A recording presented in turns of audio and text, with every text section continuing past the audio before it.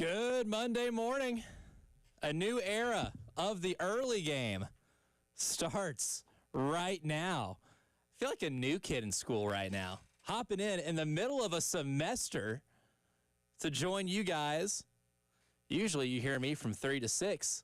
But because of the new show change, the lineup change, we've mixed some things up. We've essentially had a 3-team trade that sends myself, Elijah Campbell, and my draft rights to the early game here to hang out with Preston Thorne and normally Jen Jensen, but she's still on vacation. She's enjoying herself a little bit of racing in Chicago.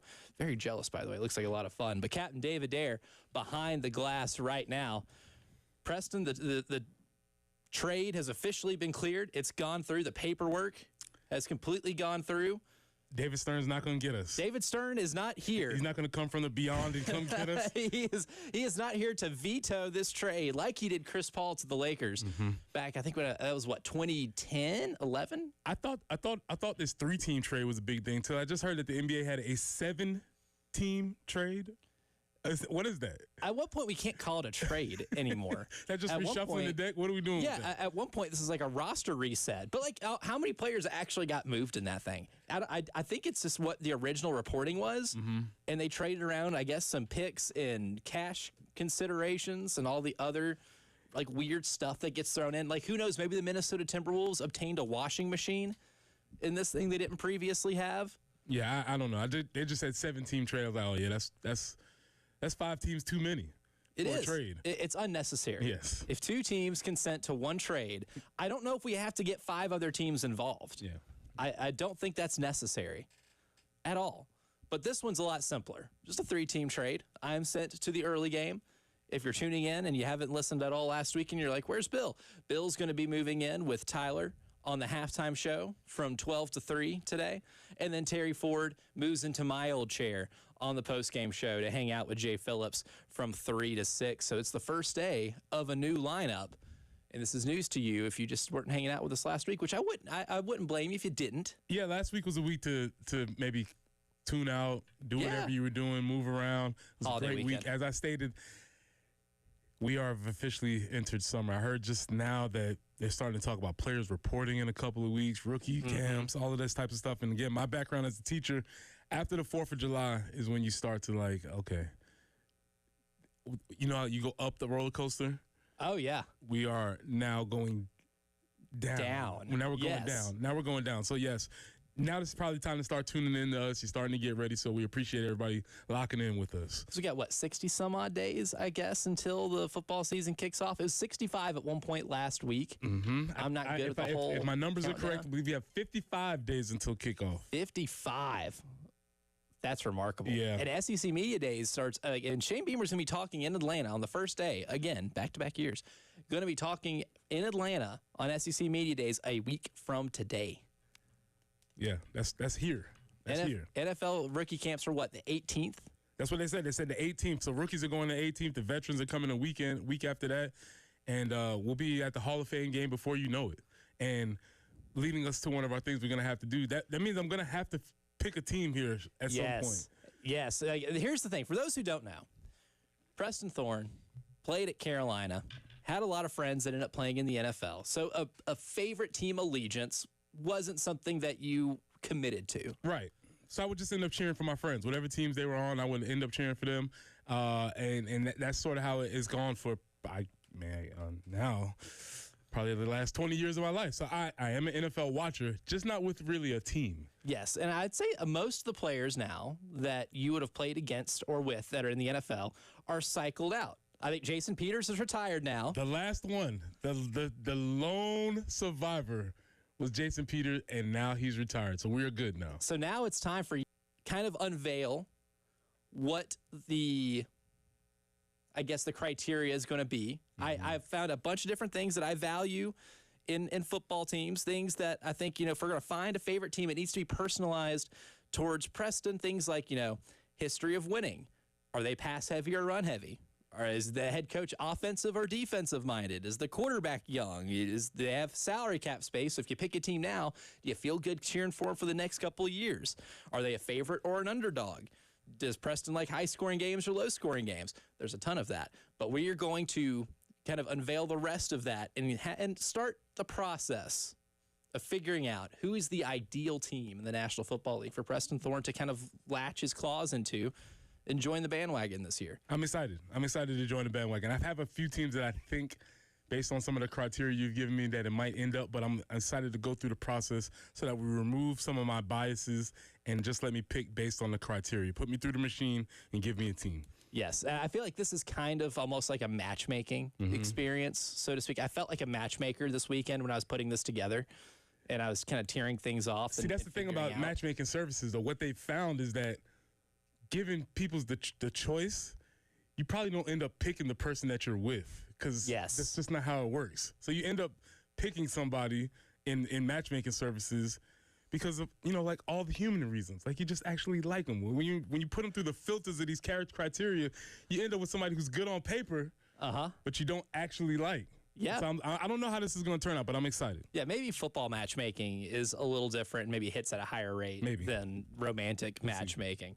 But I figured, Wait, football's not romantic?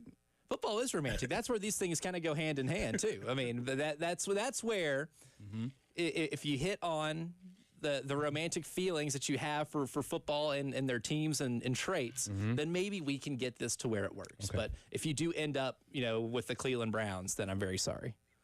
I'm really, really sorry. I wouldn't have meant to wish that evil upon you. It's just something that would have happened.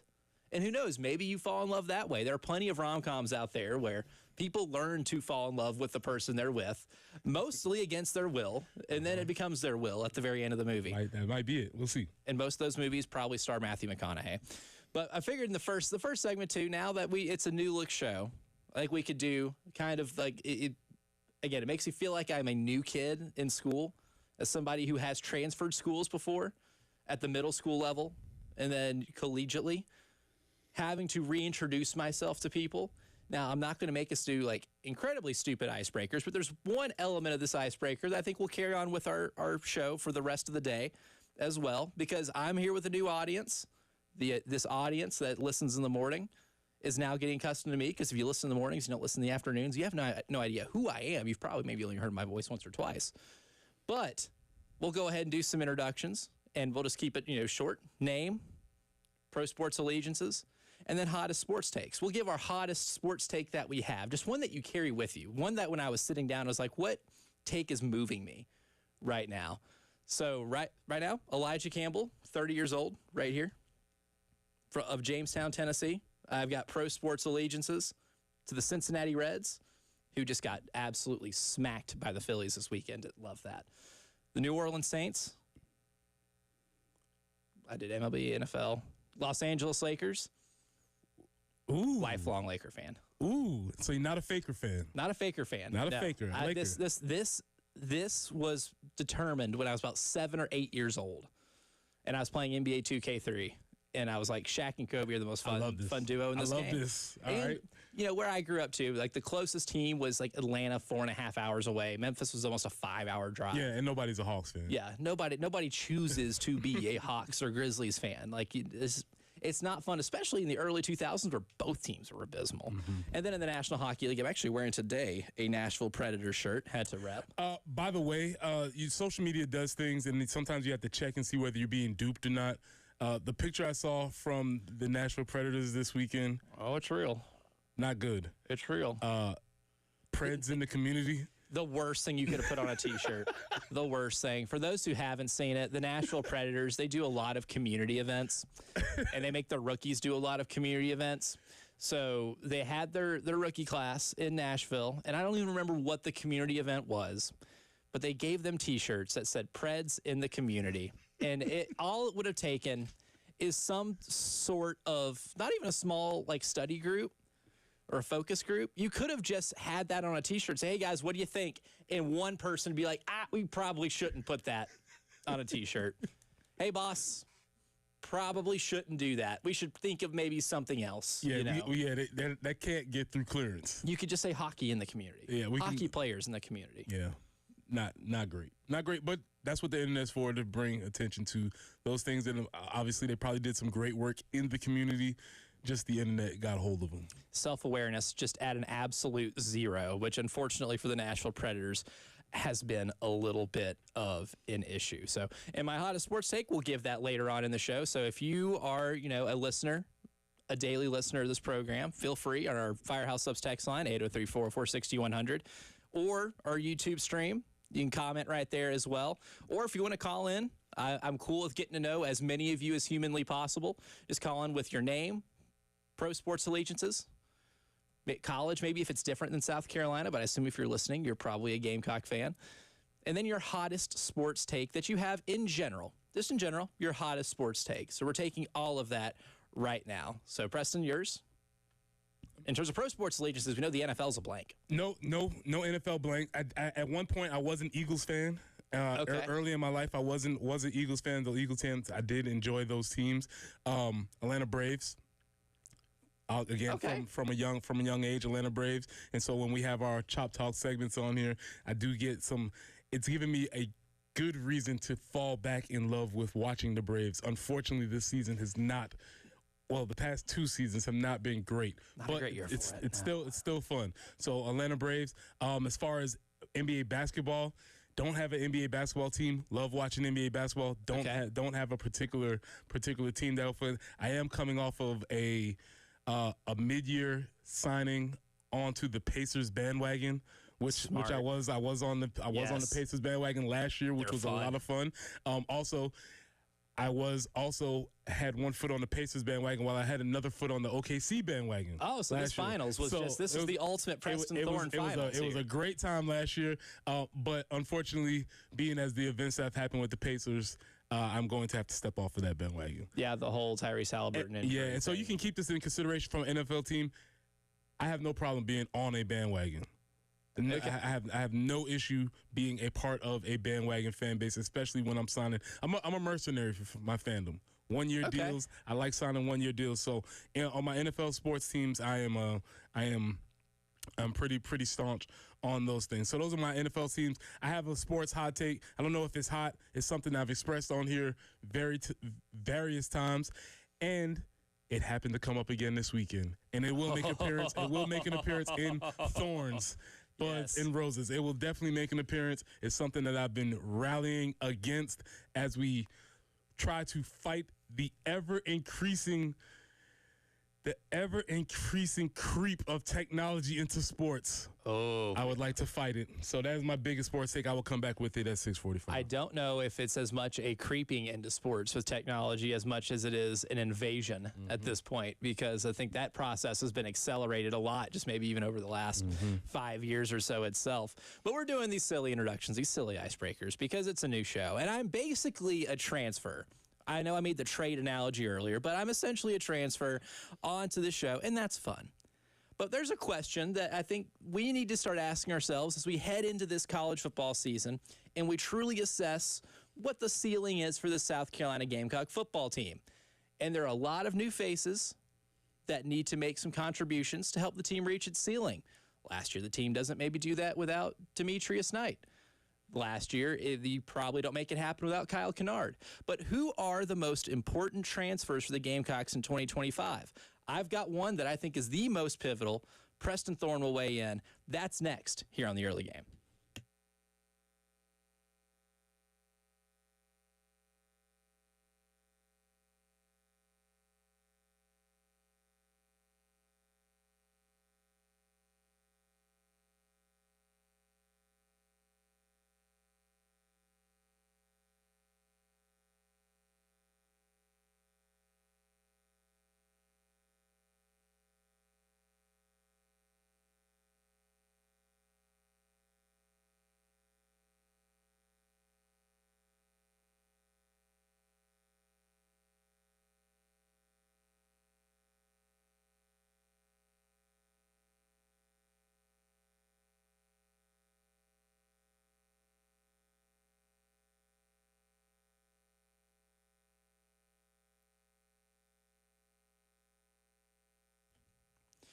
Preston Thorne, you were a teacher once. You know what an anagram is? It's something with letters. I know that.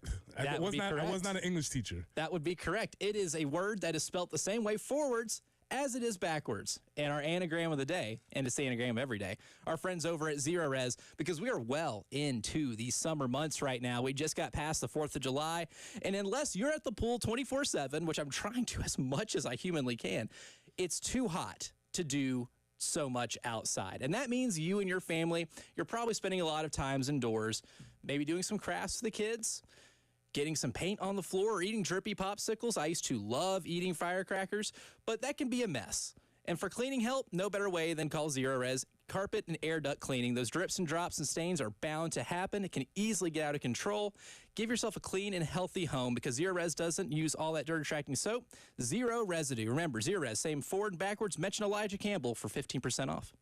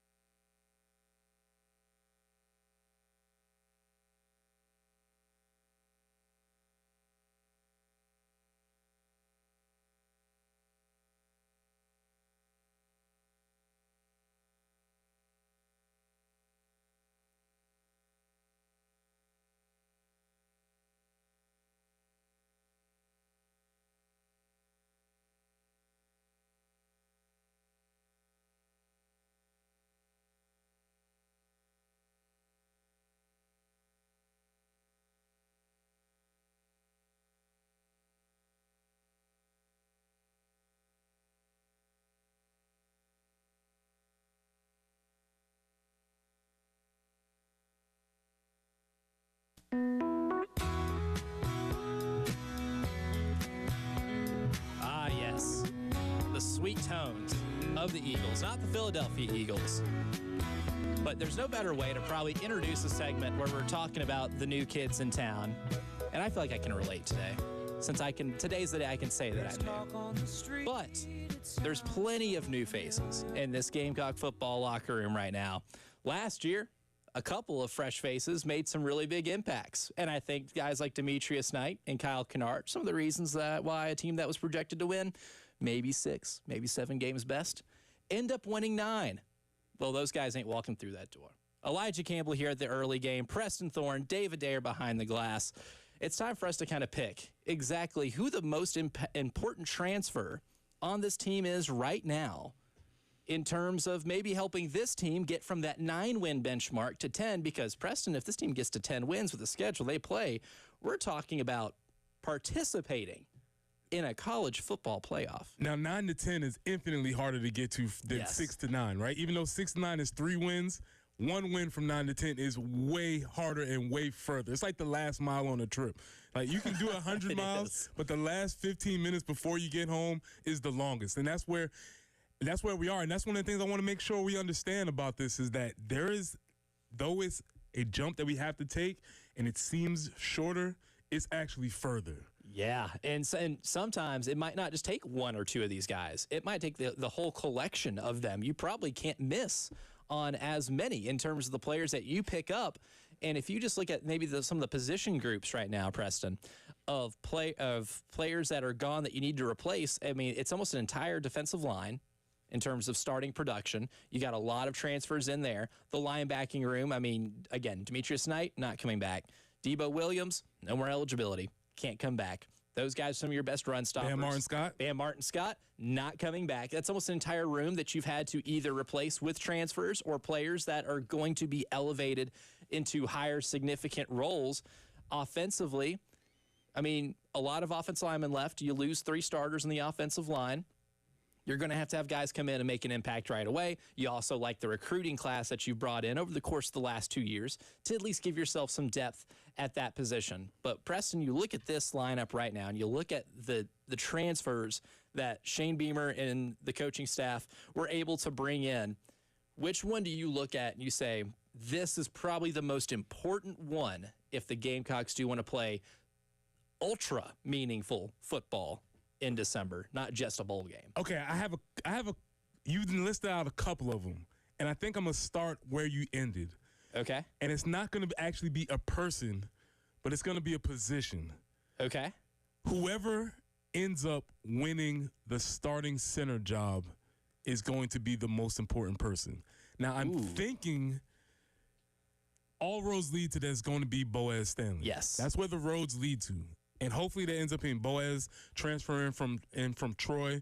Had a very good season. He was very, very capable last year. One of the big things I saw last year, he gave up 0 sacks in any passing situations, penalized 0. 2 things that I don't know if you watched Gamecock football last year. We gave up a lot of sacks and we had a lot of penalties. And so I'm gonna swing towards Boaz Stanley. I know it's not gonna be very sexy. And hopefully you don't hear his name called very often, but I think that particular person and in that position might be the most important. It very well could. I mean, that's the thing, too. Like, you have the quarterback in place, but how many teams in the history of football, I'm not just even, like, isolating this to college football, how many teams in the history of football have had their seasons derailed because of bad offensive line play? Just 2 years ago here, I mean, we will never know what the full potential of the 2023 Gamecock offense was because we never saw Spencer Rattler not running for his life, right? And that totally limited what you could do on offense. And I have to be honest, we saw Lenoris running for his life last year. It just so happened that he's Superman and he can do that. Spencer didn't have those capabilities to be able to do that, right? And so a lot of the deficiencies from the O-line were covered up by Lenoris' superhuman athletic ability, which he still possesses and he'll still do this year. But that particular group in that particular position is going to need to tighten up. And that's the one thing, too. We all remember the touchdown that Lenoris ran on 3rd and 17 to bury Clemson at Clemson. it's easy to forget the play before that where Torricelli Simpkins got flagged to make it 3rd and 17. It wasn't 3rd and 17 on accident. I mean, it was 3rd and 17 for a reason, because penalties made it to where it's 3rd and long with the season on the line. And Lenora Sellers had to pull a play out of nowhere to end up winning that game. We forget about the Torricelli Simpkins penalty. I remember putting a note in my notepad when watching that game, like, that's going to haunt you. That penalty is going to haunt you right there. And then sure enough, what happens next is now part of South Carolina Gamecock lore forever. And I like where you went with the offensive line, too, because Boaz Stanley specifically also has experience playing all over the offensive line at Troy. He can play everywhere, but it seems like that him playing that center position. And the reason why the center position is so important, because they're the quarterback of the offensive line. They're the one that has to make all the calls, make the adjustments, make the protections, all those types of things. And Lenoris is still going to need some of that veteran presence, which he had last year with Rashawn Lee. Rashawn probably aided in a lot of Lenoris's development. Even though maybe he may not have been doing the best blocking, he got everybody in positions where Lenoris didn't have to have that mental load on him. So I think that's going to be my pick. I think you might have a different pick, though. It's same type of position, just on the other side. Defensive line. I still think Gabriel Brownlow-Dindy is a guy, I'm still buying in a lot on what he was in high school, which can always be a dangerous game. A lot of times when somebody transfers to your program, it's because it just didn't work out at the old place, and that's what happened with Gabriel, is that it didn't maybe pan out to where he got in the field as much as he'd like at Texas A&M, but there's still a lot of tools there that made him a top 15 player in the country coming out of high school. But my thing is, you need him to really hit, to give yourself more help on that defensive line, because the way the defense is set right now, you have the best pass rusher maybe in America. Dylan Stewart's going to be one of the best pass rushers in all of college football. I love what you have on the back end. Jalen Kilgore, I have seen mocked in some mock drafts as a first-round pick. I love what Judge Collier became as the year went on. Peyton Williams made plays when he was thrusted into action. And then, you get Brandon Cisse from NC State, one of the most highly coveted cornerback prospects who can play all over the defensive secondary. But if you can't stop the run, Preston Thorne, none of that might matter, because you're going to play teams in the season that are going to be heavily reliant on their run game. I'm thinking of like a Texas A&M. I don't think you beat Texas A&M like a drum last year if you're not able to contain their running game. And I think Gabriel Brownlow-Dindy, if he can fulfill some of that promise on the defensive line and be an ace run stopper, you're going to force teams to have to throw into your secondary. That's when turnovers happen. I can't wait to see it. You never have to coax me into talking about D-line. I'm here for that. That's right down your alley. I'm here for that all day. So that would be a good thing, because the other part I would say is another transfer is a guy with the name that we're familiar with, Damon Clowney. Right? Yep. That could be very important also because you just mentioned that Dylan Stewart being one of the best pass rushers in the country. However, he did benefit from having the Bronco Nagurski winner on the other side of him last year. That helps. And now this year he's going to figure out what it actually is like to be double-teamed, have teams shading towards him, chipping him, doing all the stuff that defensive linemen get annoyed with. So he's going to need a crew that's with him. So I do like that idea of, that defensive line last year. I don't know when we're going to actually figure out that, by the way, really good last year. When a couple of those guys become all pros here in the next few years, we're going to look back on that defense and be like, that is one of the most loaded defenses we've seen in this program, or maybe in the SEC in a long time. But it wouldn't be an hour of talking Gamecock football if we didn't continue the Lenora Sellers hype train, because it's a result of his highlight reel plays, and that train is picking up more steam. The bandwagon is getting more full, but I broke down his performance last year by the numbers, and it's time for old man versus analytics. I'll give Preston some numbers, and he'll tell us what they really mean as we continue on here on the early game.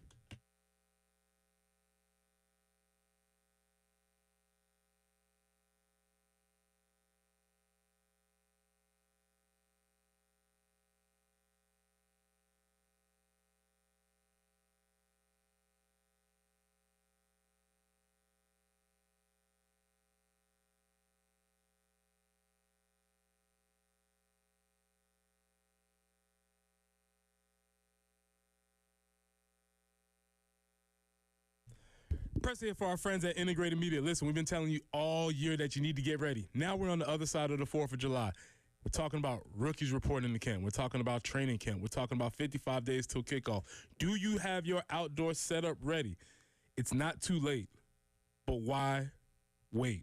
Get it done with integrated media. What can you get set up? You can get Samsung Terrace TVs that are waterproof, Sonos outdoor speakers for TV and music, Wi-Fi that works indoors and outdoors, or my personal favorite, being able to control all your devices from just one remote.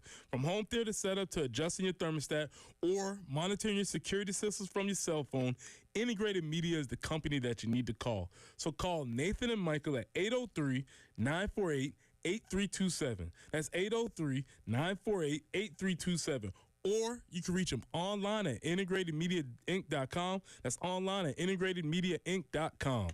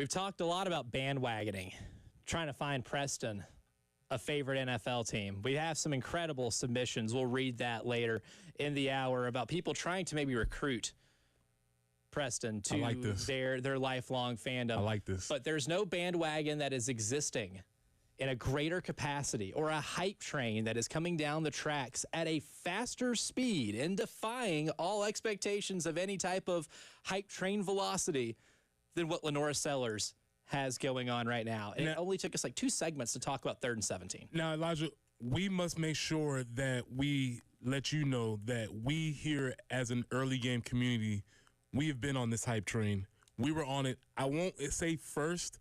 Okay. We were on it very early. What was the game that put you on it? It wasn't a game. It was a spring game. Last year's spring game. Last year's spring game. You are on it earlier than anybody else. We pronounced that he was a dark horse Heisman candidate last year. Okay. We said that he was going to change the world last year, and it looked shaky against ODU, we must admit. It did. But that was a necessary road bump. It looked shaky early, but we can say we don't get a lot of things right, but when we do get something right here, we have to claim it. So yes, we've been first class on the bandwagon. We've been first class. We got our seats. We have the biggest spot. We have been here. And so I'm really interested to hear how you're going to proclaim whether or not we were right or wrong about this bandwagon. See, this is the thing. And it may not be as much right or wrong as much as it is having you, Preston Thorne, be our version of a Rosetta Stone. Okay. So I'm going to throw some of these fancy numbers because this is something I do every year. And you've seen the spreadsheet, so you know the numbers that I'm working with here. I compare quarterbacks going into the season, everybody in the SEC, by a handful of metrics that I value, that I think tell a picture. But sometimes they can be misinterpreted as meaning one thing as opposed to another. So this is analytics versus the old man here. I love it. And we're going to start off with Lenora Sellers' completion percentage, right? Last year was 65.6%. But his adjusted completion percentage, which accounts for drops, was 74.6. That's a 9% difference. The numbers would tell you that his receivers let him down last year. But based off that steep increase, should we expect his completion percentage to be around 70, which is the ballpark that usually leads the country in? Okay, first 70% wins people Heismans. First off, my old man eyes told me that he probably had a high completion percentage because last year's offensive coordinator didn't love throwing the ball downfield a lot.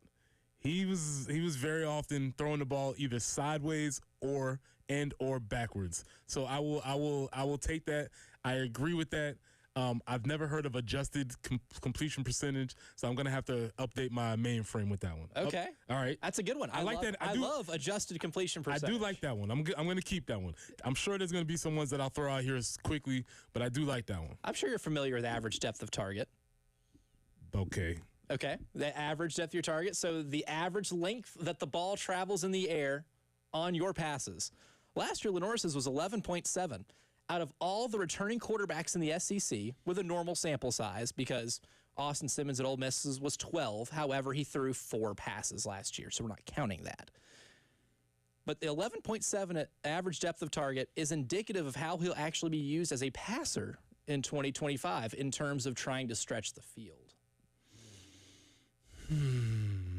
This is where we have to figure out what Mike Shula is all about. Okay, if he was 11.7, do we have a number for, let's say, a guy that I think threw the ball down the field a lot, in Nico Amalamavia? You nailed it with the pronunciation right there. Thank you, sir. We can absolutely find that out because he's no longer in the SEC. So I didn't have him on the list. But you know what? I've got the internet at my disposal right now. This guy will find stuff. And Nico Iamaleava was 11.1 last year. Ooh. So Lenora Sellers' average pass traveled further than Nico Iamaleava. Okay, so that analytic goes against what my eyes thought because I didn't think Lenora threw downfield a lot, and I thought Nico did. So maybe that is indicative of how Mike Shula is going to use him this year. That's the big question too. I mean, what does Mike Shula think about that receiving group? A lot of the receiving talent still pretty unproven, but Nick Harbor with a full offseason, we hear so much about how much that's going to benefit him. And if it kind of comes to fruition the way Gamecock fans have been fantasizing about it happening over the last couple of years, that number could easily go up. because he could be a game changer down the field if that ends up being the case. Well, obviously, the college football game thinks he's a game changer because he's, once again, the fastest person in the college football game with a 98, I believe, in speed. 99. 99 they boosted in it. They boosted to the highest possible speed rating. So, again, most people around the country will know about Nick Harbor because he's fast and tall and can throw the ball downfield. And it makes NFL scouts drool at the sight of watching him play football. Okay, I'm okay with these analytics so far. You haven't pulled out anything too ridiculous yet. Okay. Here's an interesting one. This one is very subjective on Pro Football Focus's part because they have a stat called turnover-worthy plays. And last year, Lenoris had one of the highest percentage of turnover-worthy plays as a quarterback in the SEC.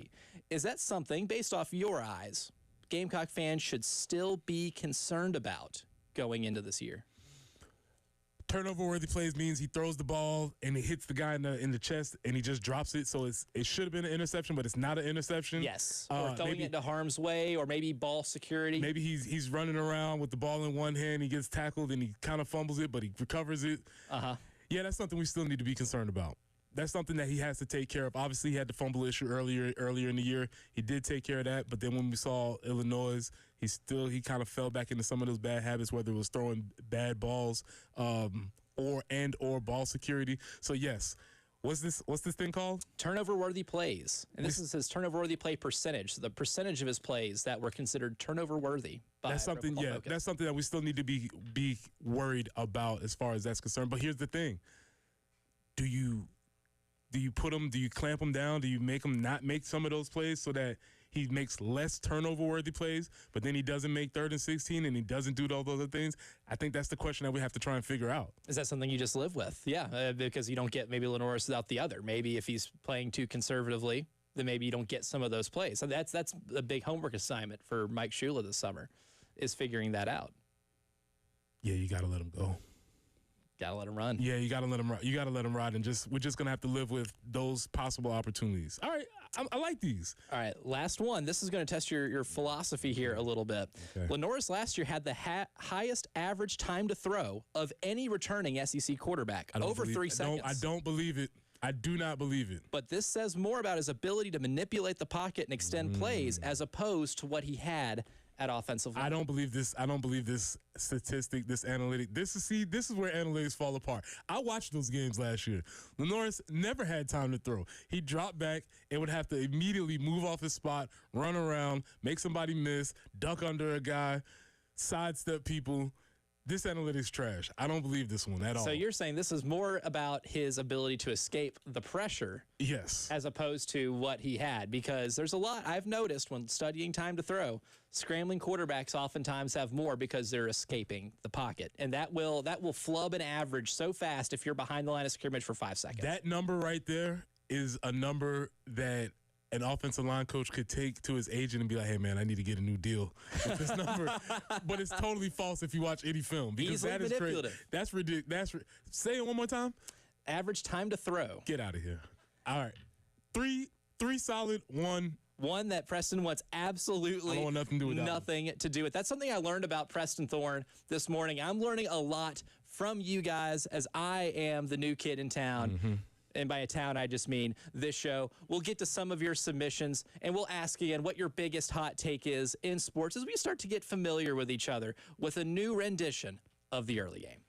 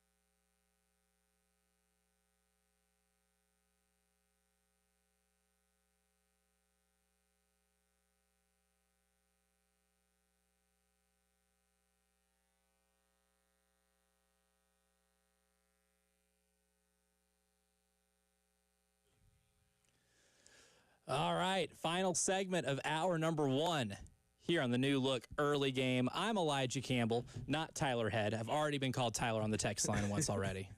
Class, already. This is Elijah. Already. This is Elijah Campbell. Yes, Tyler does come to class, comes sometimes. He does. However, this is Elijah. He will be joining our class, and he will be here for a while. So get used to him. Yes, I'm Elijah Campbell. I am, earlier we were doing some introductions with like our pro sports allegiances. Big Saints fan, Cincinnati Reds in baseball, Los Angeles Lakers in hoop, and of course, I'm a hockey guy too. I can't live in an NHL market and not love it, but also Nashville Predators fan. Got the shirt on today for those watching on the video stream. And this is my pal Preston Thorne. Mm-hmm. You guys already know him. Mm-hmm. You guys already know him really well. And he's also not locked in with an NFL team yet. And we've already had some people on our Firehouse Subs text line that are trying to convince you to join their squad. I'm taking all suggestions. We do have an exercise we're going to go through. However, I will consider all of y'all. Thank y'all for listening, and I will consider all your suggestions. Yes, Nick says, come on, Preston, come suffer as a Falcon fan with me. Suffering being the key word. You're trying to avoid the suffering. Misery loves company. I get it. I did respond that saying, I guess being a Falcons fan is kind of like the ultimate test of loyalty. Mm-hmm. So, I mean, if you consider yourself a loyal individual, that could be a good match for you. That could be a match. We speaking of Tyler is a Falcons fan, so it may be somebody that I can join and work with him. So there's something there, but unless the machine spits that out, I don't see me volunteering for that.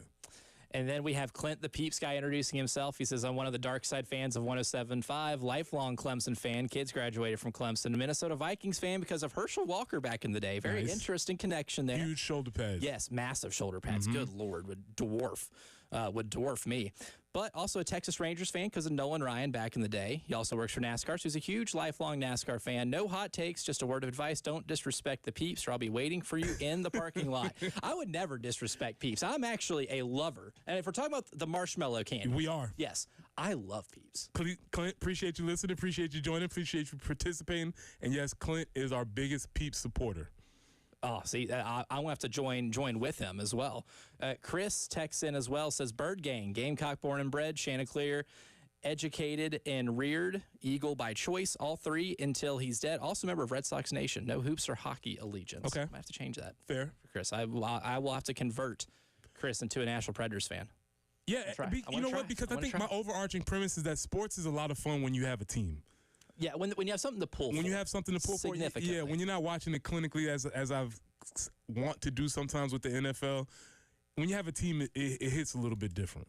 So I get this. Kentucky Joe says, Preston, tighten up. As in Titan. Oh, as okay. In the Titans, yes. Okay. That is like their rallying cry. Tighten up. Is tightening up. Is Will Levis still the quarterback down there? That'd be Cam Ward, my man. Oh, that's right. They drafted Cam Ward, number 1 overall. Okay. Interesting. Something to think about. And then, of course, I asked for everybody's hot take as well. If you have one, we do have a texter saying, I have a hot take every NFL season, and the one I have this year is the Chiefs won't make the playoffs. That is I don't hate that, actually, because they flirted with disaster a ton last year. They won like 11 one-score games. That's correct. I think that might be a bridge too far for me, though. But I like it. I like the spirit of the take, though. I like from just a mathematical perspective of looking at it, seeing a team win that many one-score games and not lose any one-score games. Because remember, in the Super Bowl, they got it kicked so bad that it was not a one-score game. They ended the season 11-0 in one-score games. That will not happen every year. But if you're a believer in some of the voodoo magic that the Kansas City Chiefs have kind of put on the NFL over the last couple of years, then voodoo magic might work a little stronger than the laws of mathematics. But I think mine is, and I put this in our rundown too. Mm-hmm. This is one of my favorite ones. It took me a while to craft this. The old ABA, the American Basketball Association, the greatest, most influential failure in the history of North American pro sports. An idea that completely failed. Okay. But I ended up having long-term positive impact. Without the ABA, there's no three-point line. There's no slam dunk contest. There's no free-flowing basketball because they had introduced a brand of basketball that was foreign to the National Basketball Association for a very long time. But they didn't bring the most important thing from the ABA. Which was? The ball. They didn't bring the ball. No, they didn't. George Mikan would have loved for them to have brought the ball. We need the red, ball. white, and blue ball was pretty cool, even though I wasn't around to see it. I wish I was. Hour number 1 in the books. Hour number 2, talking recruiting, coming next.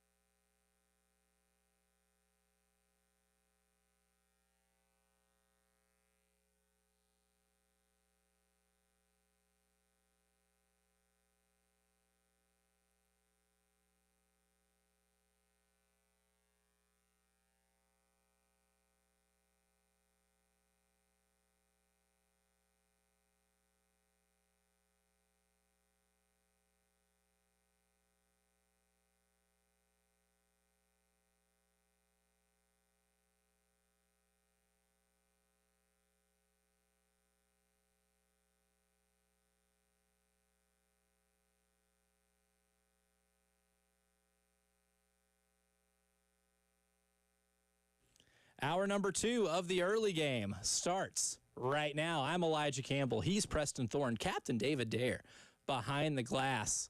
And last week, Preston, in the 5 o'clock news, when I was filling in for Jay Phillips, there were a couple of recruiting losses, a couple of them that got away. But right before we went off for 4th of July break, we were given some good news. And that is that 4-star defensive lineman, Noah Clark, committed to the South Carolina Gamecocks, growing this year's recruiting class. He spoke with 24/7's, or the Big Spurs, John Whittle, about why he chose South Carolina. A little bit in there, but what does this moment mean to you now? It means so much to me. I always wanted to do this since I was a kid, playing college football, and I'm thankful for everything. Thankful for it all. Yeah, what's the relationship like with T-Rob? He's the first coach to offer me, the first coach that really been in contact with me and stay consistent. I'm thankful for him. He's really been like the most consistent coach out of all of them, and I trust him to develop me into the best player I could possibly be. So I'm thankful for it. Yeah, South Carolina had a really, really good season last year. Yeah. What did that mean in the process, or did that mean much? It meant something, but also, I'll go to school because not just for the football side, I come for the academics, for a degree, and also just the feel of the school. I wouldn't go to a place I don't feel comfortable at. So I picked South Carolina for football side and also off the field. When did you get that feeling? I would say I got that feeling my official visit. That was a really special day for me, and got there, saw the whole campus and see what they had to offer, and I really enjoyed it, so I'm thankful for it. Do your buddies have any questions for you? Go Cops! Travian Robertson, cited as one of the reasons that Noah Clark made the decision to commit to South Carolina, further proving that recruiting sometimes isn't all about money and the bag that you have, the budget you're working with, but relationships still are key, because that's the second 4-star defensive lineman in this recruiting class right now. T-Rob is kind of proving himself as an ace recruiter right now and bringing in some high-quality defensive linemen, it sounds like. Yeah, I mean, relationships are the main thing, because it is the people that you spend the most time with, especially. Now, here's the caveat, and this is why this is really important. Sometimes the person who's recruiting you, they may be recruiting your area, but they may not be your position coach. So, recruiting sometimes is broken down into territories, and then if the coach in your territory likes you, they might have to send you to your position coach.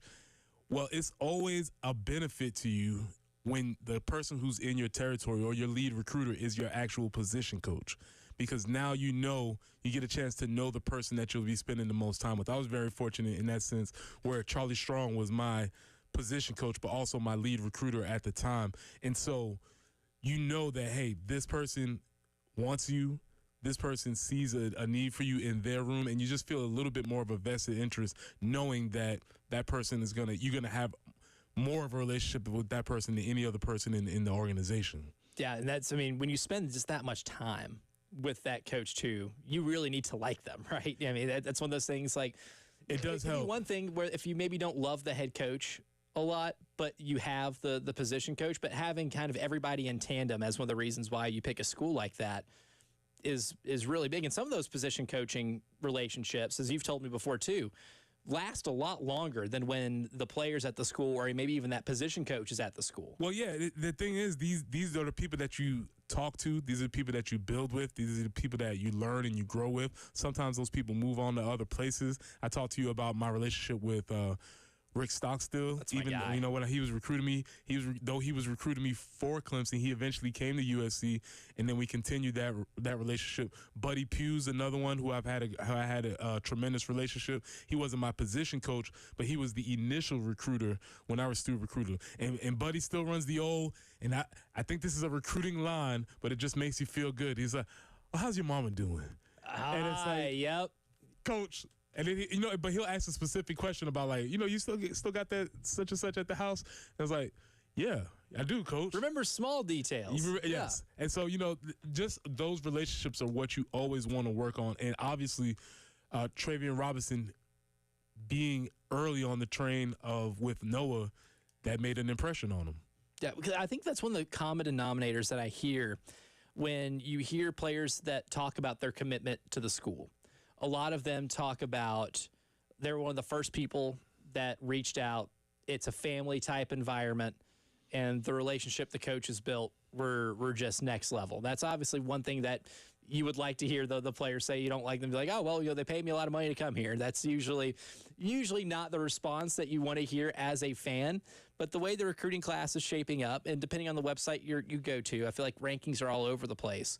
But you got to feel good, at least about the culture that's been built here. I don't think it's being built anymore. I think we can go ahead now and say that there is a culture that has been built and established at this point in time. So this is why I think this recruiting win is really important, because obviously, like you said, we had lost some recruiting battles just that week. Last week alone, yeah, two of them. People were like, I don't know what's going on.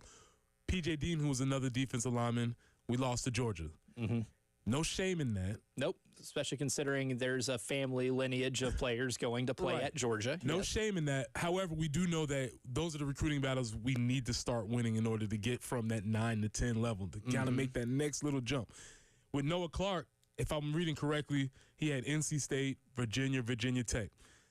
These are the teams we need to consistently beat in recruiting. We don't need to lose a player to one of these schools, because we should see ourselves being in a better position in those schools. So, yes, we lost to Georgia. We need to win some of those, but we absolutely have to win these recruiting battles when we're going against schools that I think are on a slightly lower tier than where we currently stand as a program. You remember that scene in the movie The Blind Side where a bunch of coaches are watching Michael Orr pummel small high school kids in a practice for Briarcrest, and then Philip Fulmer walks up, and one of the coaches says, Fulmer's here, pack it up and go home.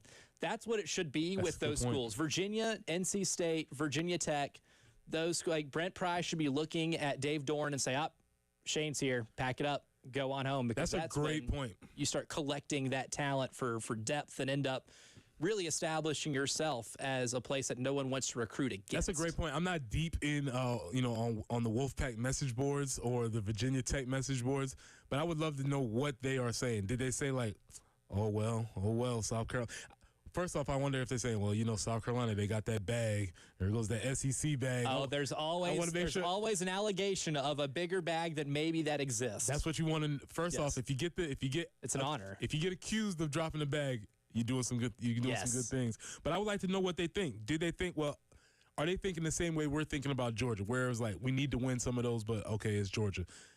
Is Virginia and NC State thinking, we wanted to get that guy, but okay, it's South Carolina? And that's where we need to move the program towards, and that's hopefully where the direction that we're going. Right, is if they're saying, all right, you know what, I get it. Right. What they're building over there is really good. You won 9 games last year. I get it, even though college sports fandom doesn't normally work that way. Usually the grapes are more bitter than anything else. Bitter, and it's one of those things, too, though. Like when you grow in recruiting ranking, too, you start to develop that reputation. And I don't think it's maybe there just yet, but it's getting there. And that's really one of the reasons why this year's so important, too. I mean, you kind of stunted a lot of the progress that you made as a program in 23 when you couldn't capitalize on the incredible ending to the 22 season. You kind of had to rebuild some of that equity back with recruits nationally. Now, this is not for analytics. There is no measurement for this. But Noah Clark is a biggin. He is. That's a big boy. And he wore a very big hat in that interview. If you haven't seen that video with John Whittle. Big hats are still here. The big hats are still here, and that was a big man in a big hat. He's bigger than the hat. You can say 4-star. You can say quantify. All you need to know about Noah Clark, biggin. He's a biggin. That's all you need to know. See, that's one thing I really want them to start doing is on these websites, whether it's On3 or 24/7, like you name it. I want you to have, because they'll break them off into 5-star, 4-star, 3-star. Let me know how many biggins are on the roster right there, too. I'm going to have to quantify that. I'm going to look at the commitment list to see how many biggins we got, because he's definitely, I think we definitely qualifies that. At least 6'2" and taller. And at least 300 pounds? Is that a good benchmark? Three is low. Three low? Okay. We got to cross the 310.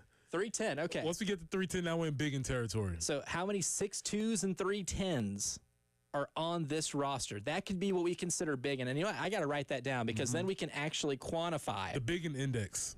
the Biggin Index? Who is dominating the Biggin Index? Because whoever does ends up dominating the line of scrimmage. And I think, very just possible. Hypothesis here. We work in science and math. We have hypothesis to almost anything we do.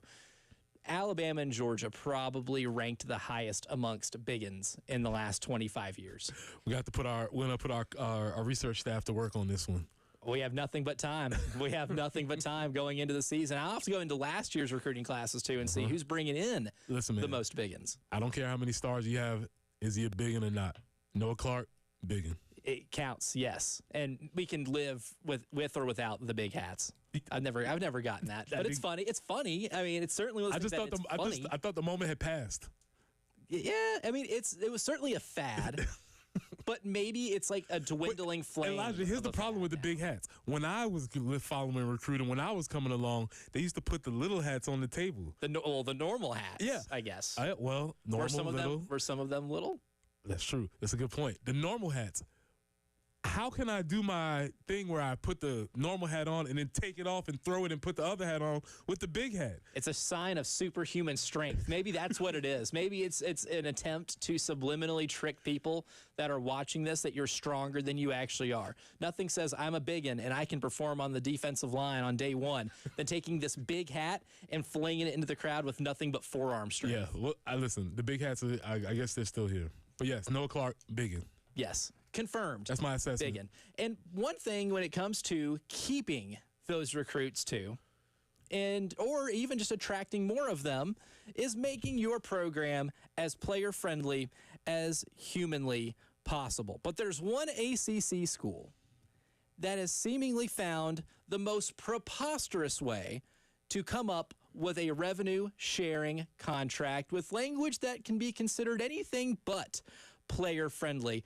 I would even consider problematic. We'll tell you about that when the second hour of the early game continues.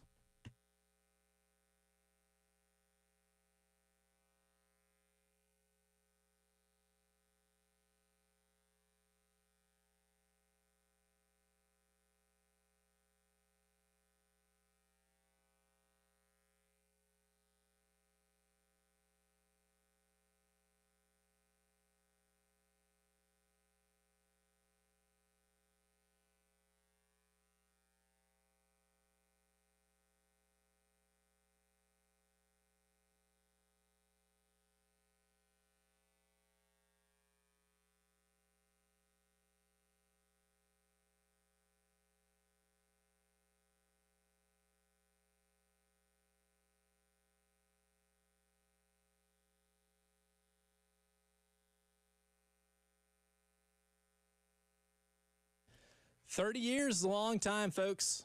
That's as long as I've been on this earth. And as long as I've been on this earth, Mid-State Roofing has continued to be proven leader in the roofing and waterproofing industry. Now, from high-rise to hospitals, manufacturing to industrial, Mid-State Roofing covers a lot of things. They install bonded systems with a protective guarantee that'll keep your operation dry and running long into the future. That sounds pretty good for me. Roofing's pretty important, almost kind of like a really good offensive line. But instead of protecting your quarterback, you're protecting your home or business. Mid-State Roofing can help you out 24 hours a day, 7 days a week, and they want to remind you to protect that roof with a maintenance contract. Give them a call today for more information, 803-356-1919, or you can hit them up online at midstateroofing.com. Again, that's midstateroofing.com. You can speak to a technician after hours and do that today. If you have a leak, let Mid-State Roofing take a peek.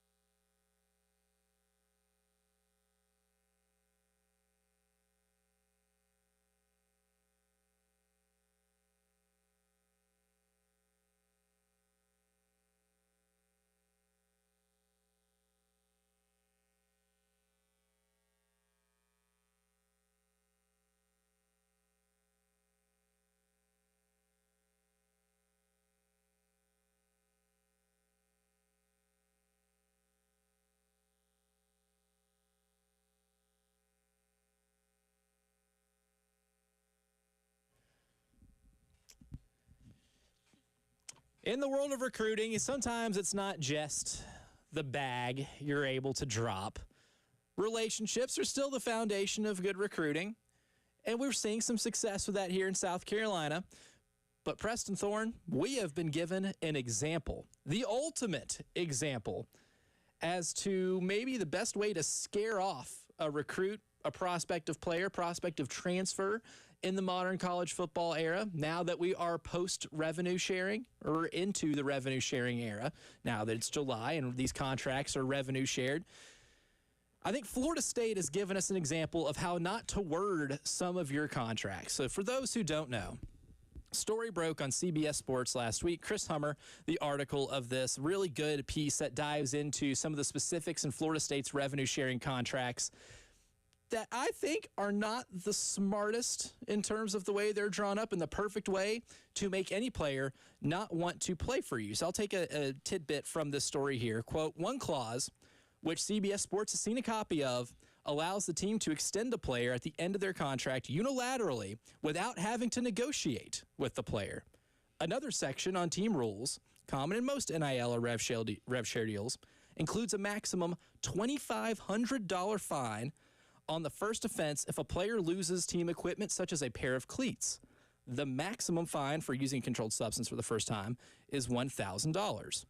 There's another clause about things that would constitute a breach of contract. Among them is, quote, illness or injury which is serious enough to affect the value of rights granted to the school. The way it's written allows Florida State to renegotiate or even cancel a player's contract at its discretion after any sort of injury, among other potential liquidated damages, provisions included as part of the contract, including those that happen on the field. So, Preston Thorne, you hear that. And you hear that Florida State is drawing up these contracts to where if you get hurt on the football field, they can make the decision to no longer pay you. Or if you have a really good year on the football field, they can extend you without you having any say in it at all either. This seems like one of the wrong ways to do it if you're trying to create a balance between school and player in terms of power in the new era of college athletics. Well, you're talking about power, you're talking about leverage, right? So you're going to have both sides here, the players and the institutions trying to figure out where the breaking points or where the leverage points are actually. And so when I hear these things, these first off sound like they were not written. They sound like ChatGPT. This is not a human that did not write these things, because clearly when you read these, they don't make a lot of sense. My second part is that, hey, we have an organization right there, NFL. They do contracts a lot. And they've been doing it for a while. And guess what? The owners, they do pretty well, right? Nobody would say that the NFL is a players' league. I could understand maybe institutions saying, hey, that stuff that they're doing in the NBA, maybe not.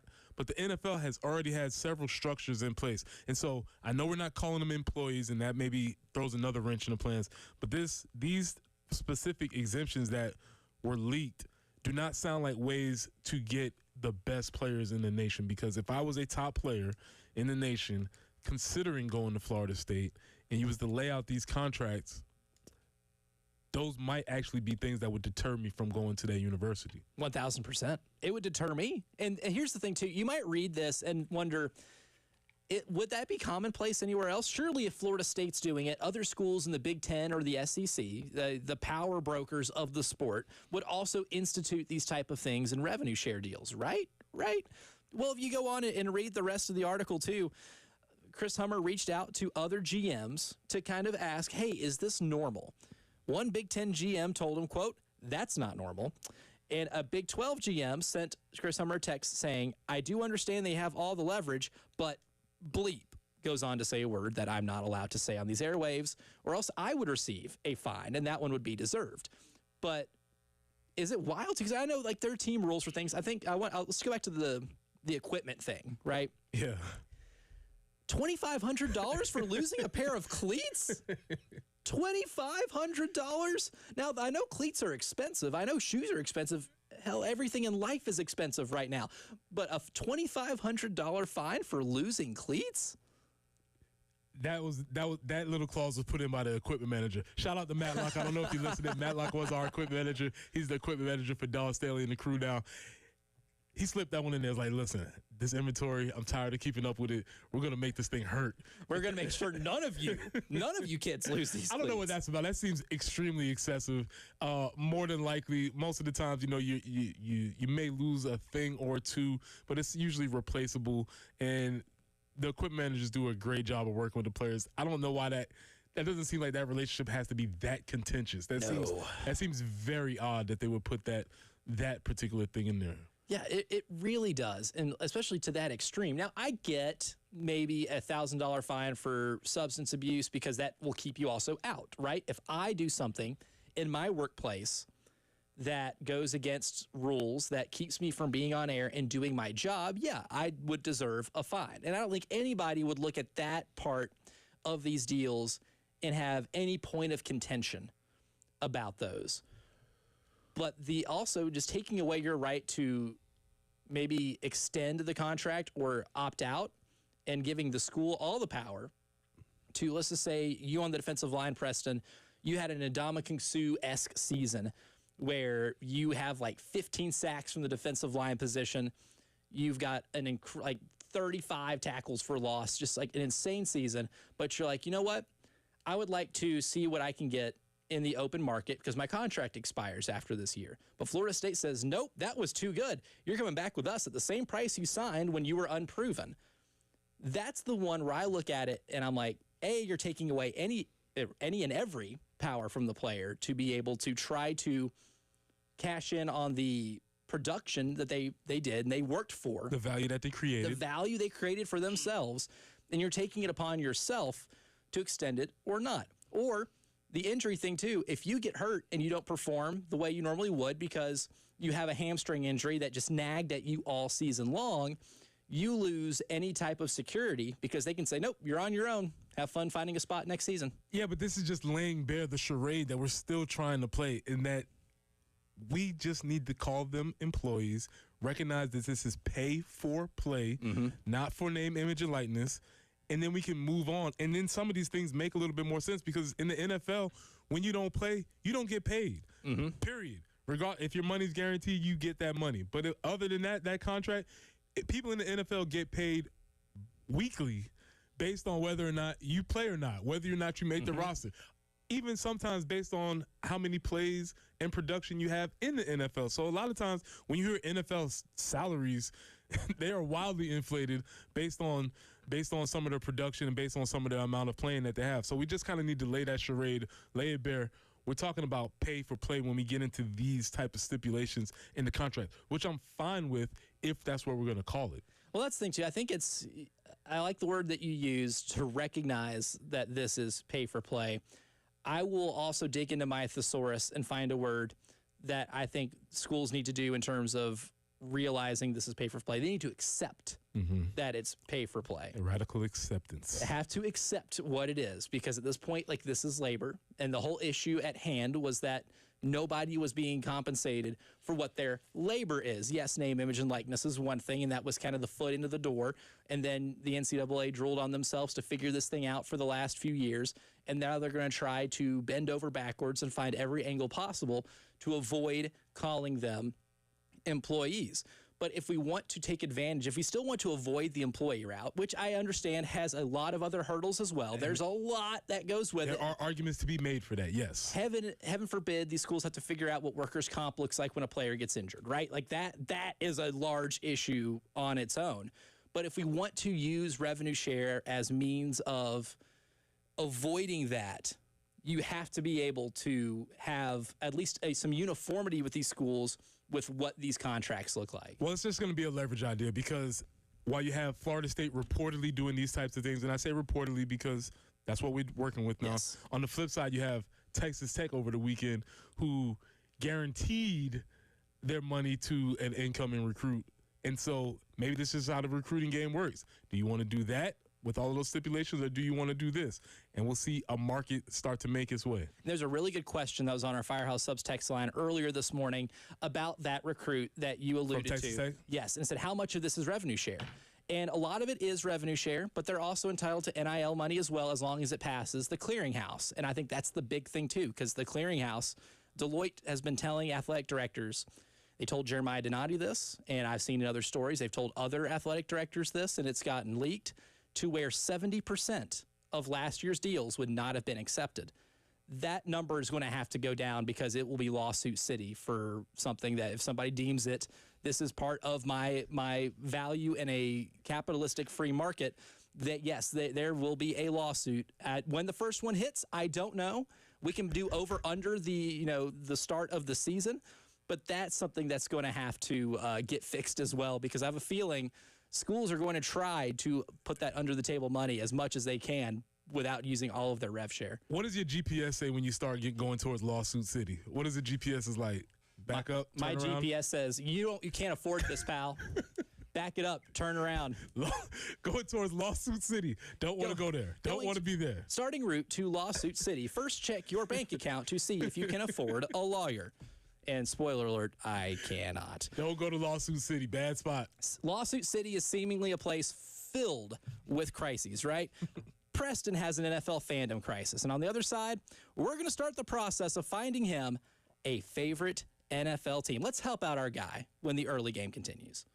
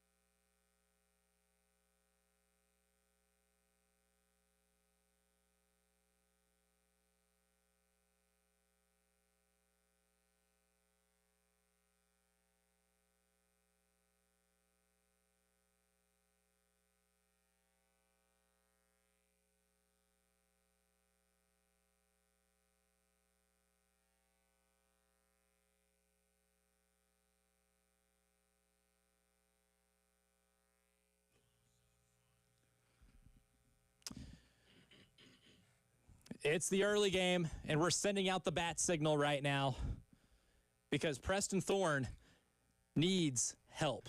We need to help our friend find a new home with NFL fandom. Right now, he's a free agent, and we need recruiting pitches. I've come up with a method here to help find the team that fits Preston Thorne's football-loving soul. But you're also taking recommendations. I'm really listening for recommendations. We had a lot of good input coming in. Appreciate y'all listening. This is something I need to do because I've opted out of my one-year contract that I had signed with the Minnesota Vikings, Skull Nation. It was wonderful, but I opted out. Yep. Not saying that I can't opt back in. Yes, but I wanted to explore the territory here. So I'm listening for all suggestions. I know we have a couple of questions, but I want to hear the suggestions. Yes, and it's nice to be courted. It's good to feel courted. You're getting recruited again. You get that feeling again. People want me. Trying to make you feel like you're 17 again. Exactly. And that you're getting flooded with letters of people that are vying for your services. And in this case, it's your fandom, not necessarily your playing services. Now, we did get a text. This is from Jess on the Firehouse Subs text line. Morning, guys. Tell Preston we can always use more Panthers fans. I've been a long-suffering fan. Hopefully, Bryce will have some weapons this year, and defense will be improved. So here's my thing with the Panthers. I always had a vested interest because Travell Wharton played for the Panthers for a long time, one of my good friends that I played with. So I always had a vested interest in them. They're local. Xavier Leggett's there. I've taken an interest in him. I like Bryce. There's one key point that's holding me away from the Panthers. It's the dude at the very top of the organization chart. Ooh, likability with the owner, not there. It's very tough. That's going to be one that's difficult to get over. Now, I do realize that if I'm basing whether or not I'm going to cheer for an NFL team based on the likability of the owner, I probably would be in the 1 to 0 category of how many I could choose from. But I'm just letting any Panthers fans know that's one of my major hurdles for them right now. Now, Kenny on our Firehouse Subs text line does have a recommendation. He comes with some facts with his Panthers ownership, his Panthers fandom, right? He says, come be a Carolina Panthers fan since they're going to the Super Bowl this year. All right. Follows it up with this. I'm not delusional. I just follow statistics. Look up the last times Ohio State won the national championship and Panthers opened with Jacksonville. Correlation. So I assume in the early 2000s when they went to the Super Bowl, Ohio State, they did win the national championship, beat Miami. And I guess the Panthers opened with the Jags. And I think when in 2015, when Ohio State won the first college football playoff, I need to look this up to fact check it because it's just coming across the desk right now to see if they opened up with Jacksonville. And if Carolina opens up with Jacksonville this year, then maybe there is a correlation there that I have yet to be privy to. That if I was doing the Wi-Fi signal on that correlation, we probably have about 2 bars on that. Right. It's not a long history of this happening. It's only maybe happened twice. We have a signal. There's a correlation, but like maybe 1 to 2 bars of correlation. But I like it. I like it. David is asking you to be about joining Bengal Nation. Again, my guy Langston played for the Bengals for a while. Jay Joe was out there, so I did watch the Bengals. I like what they have going on out there. They just find a way to bangle things up sometimes. They do, and our pal Langston Moore has told me plenty of stories. Has he told you some of the off the show stories? Yeah, Ownership about where they stay in certain cities when it's probably not the most efficient way to lodge a team in an opposing NFL city. Yeah. And we do have one text as well saying Preston looks like an Eagles fan. They play old school physical ball that a defensive lineman can respect. I like the premise. Here's my problem. The tush push. Don't love it. Not for it. Not for it. Not for it. Okay, well, here's the thing, too. Now, this is the best part about this experiment, is that you're going to be presented at the end of it with 3 teams. We'll do this continuously throughout the week before we get to the bottom of it, because I've created criteria here. I've got a bunch of traits of teams, and I have tiered them off. Obviously, 32 teams in the NFL, so it's going to be 8 tiers of 4 teams, pretty much ranked on their prowess in that criteria, right?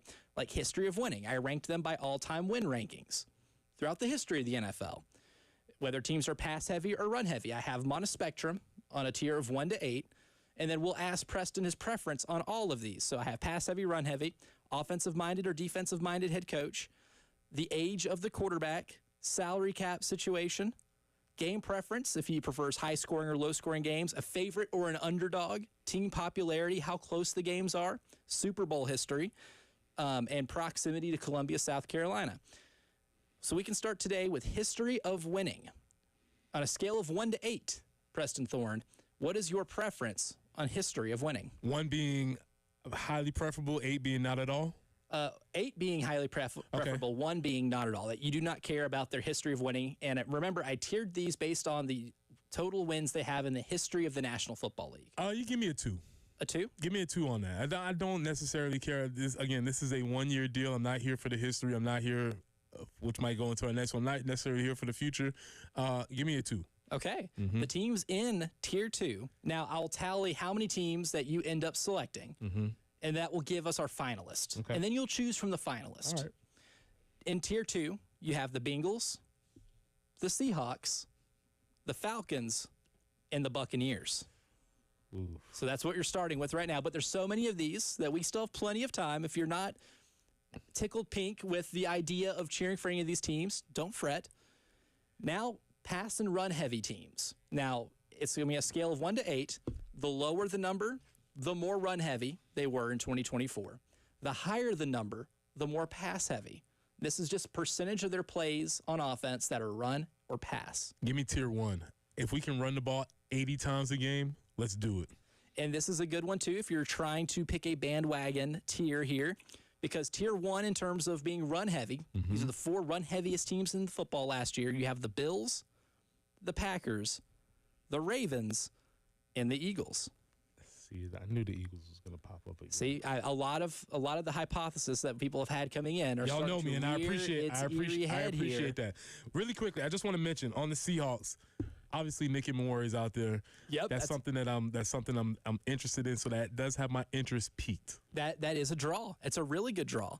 And now, in terms of offense or defensive-minded head coaches, the higher the tier in this situation, more offensive-minded the coaches are. And I just went by and looked at their backgrounds as offensive or defensive coordinators, and then correlated it with their percentage of pass versus run. So obviously, guys who are offensive coordinators that throw the ball a lot are more offensive-minded, a little more modern in the approach. And the lower on the tier, guys with defensive backgrounds, and the lower on that, defensive guys that run the ball more. So scale of 1 to 8, where is Preston Thorne sitting? Give me a 2 on that one. Okay.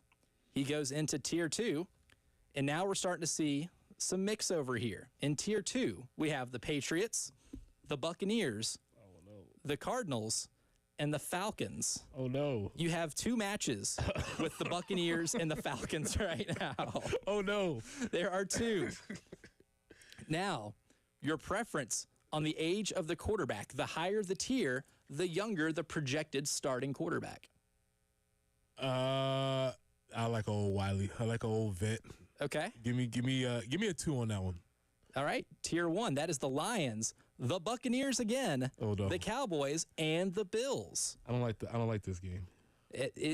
We still have plenty to go, but we're starting to see some correlation. We're starting to see things maybe come to fruition a little bit as well. We'll continue this throughout the week leading up into NFL training camp. That way we can give Preston a home by the time training camp starts. But to end hour number 2, it's our first rendition as a show of Preston or Reston. That's next here on the early game.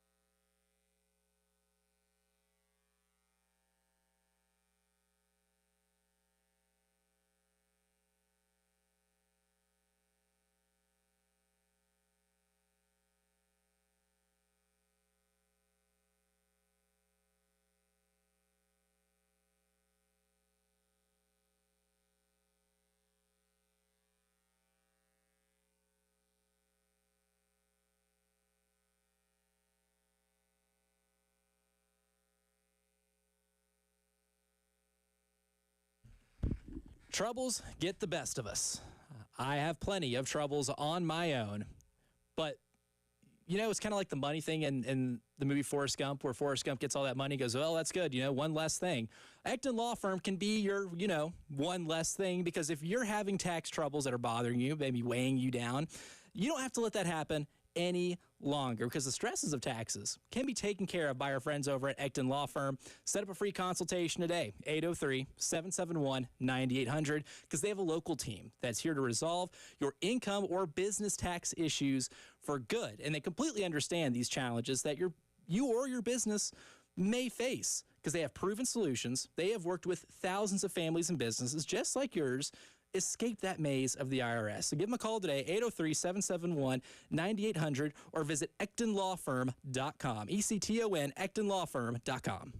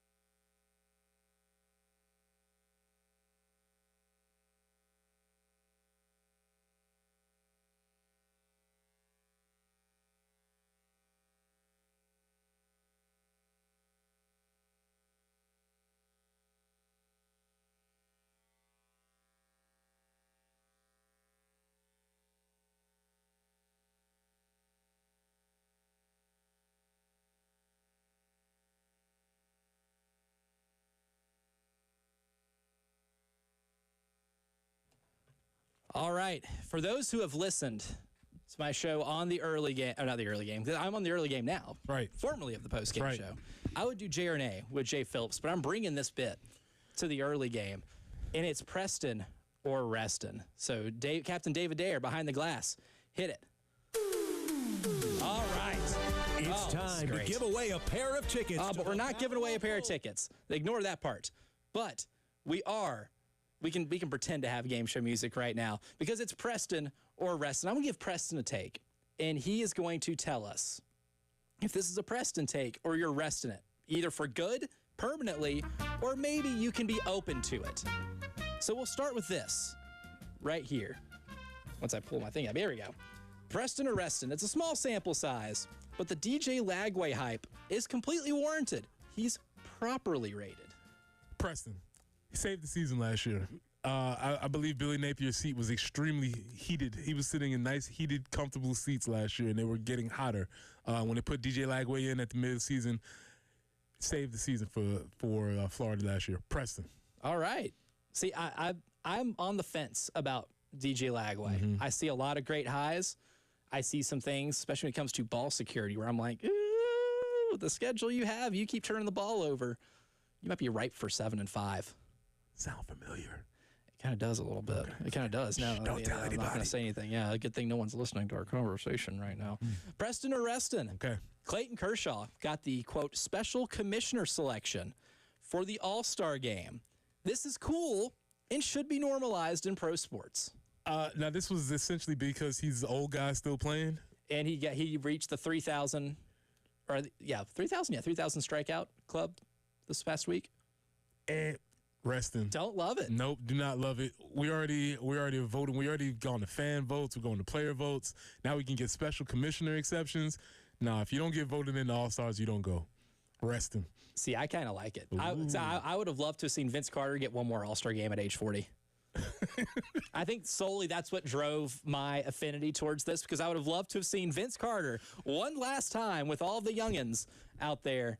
Nope. Flex on him one more time. No vet exceptions. Either you make it or you don't. Reston.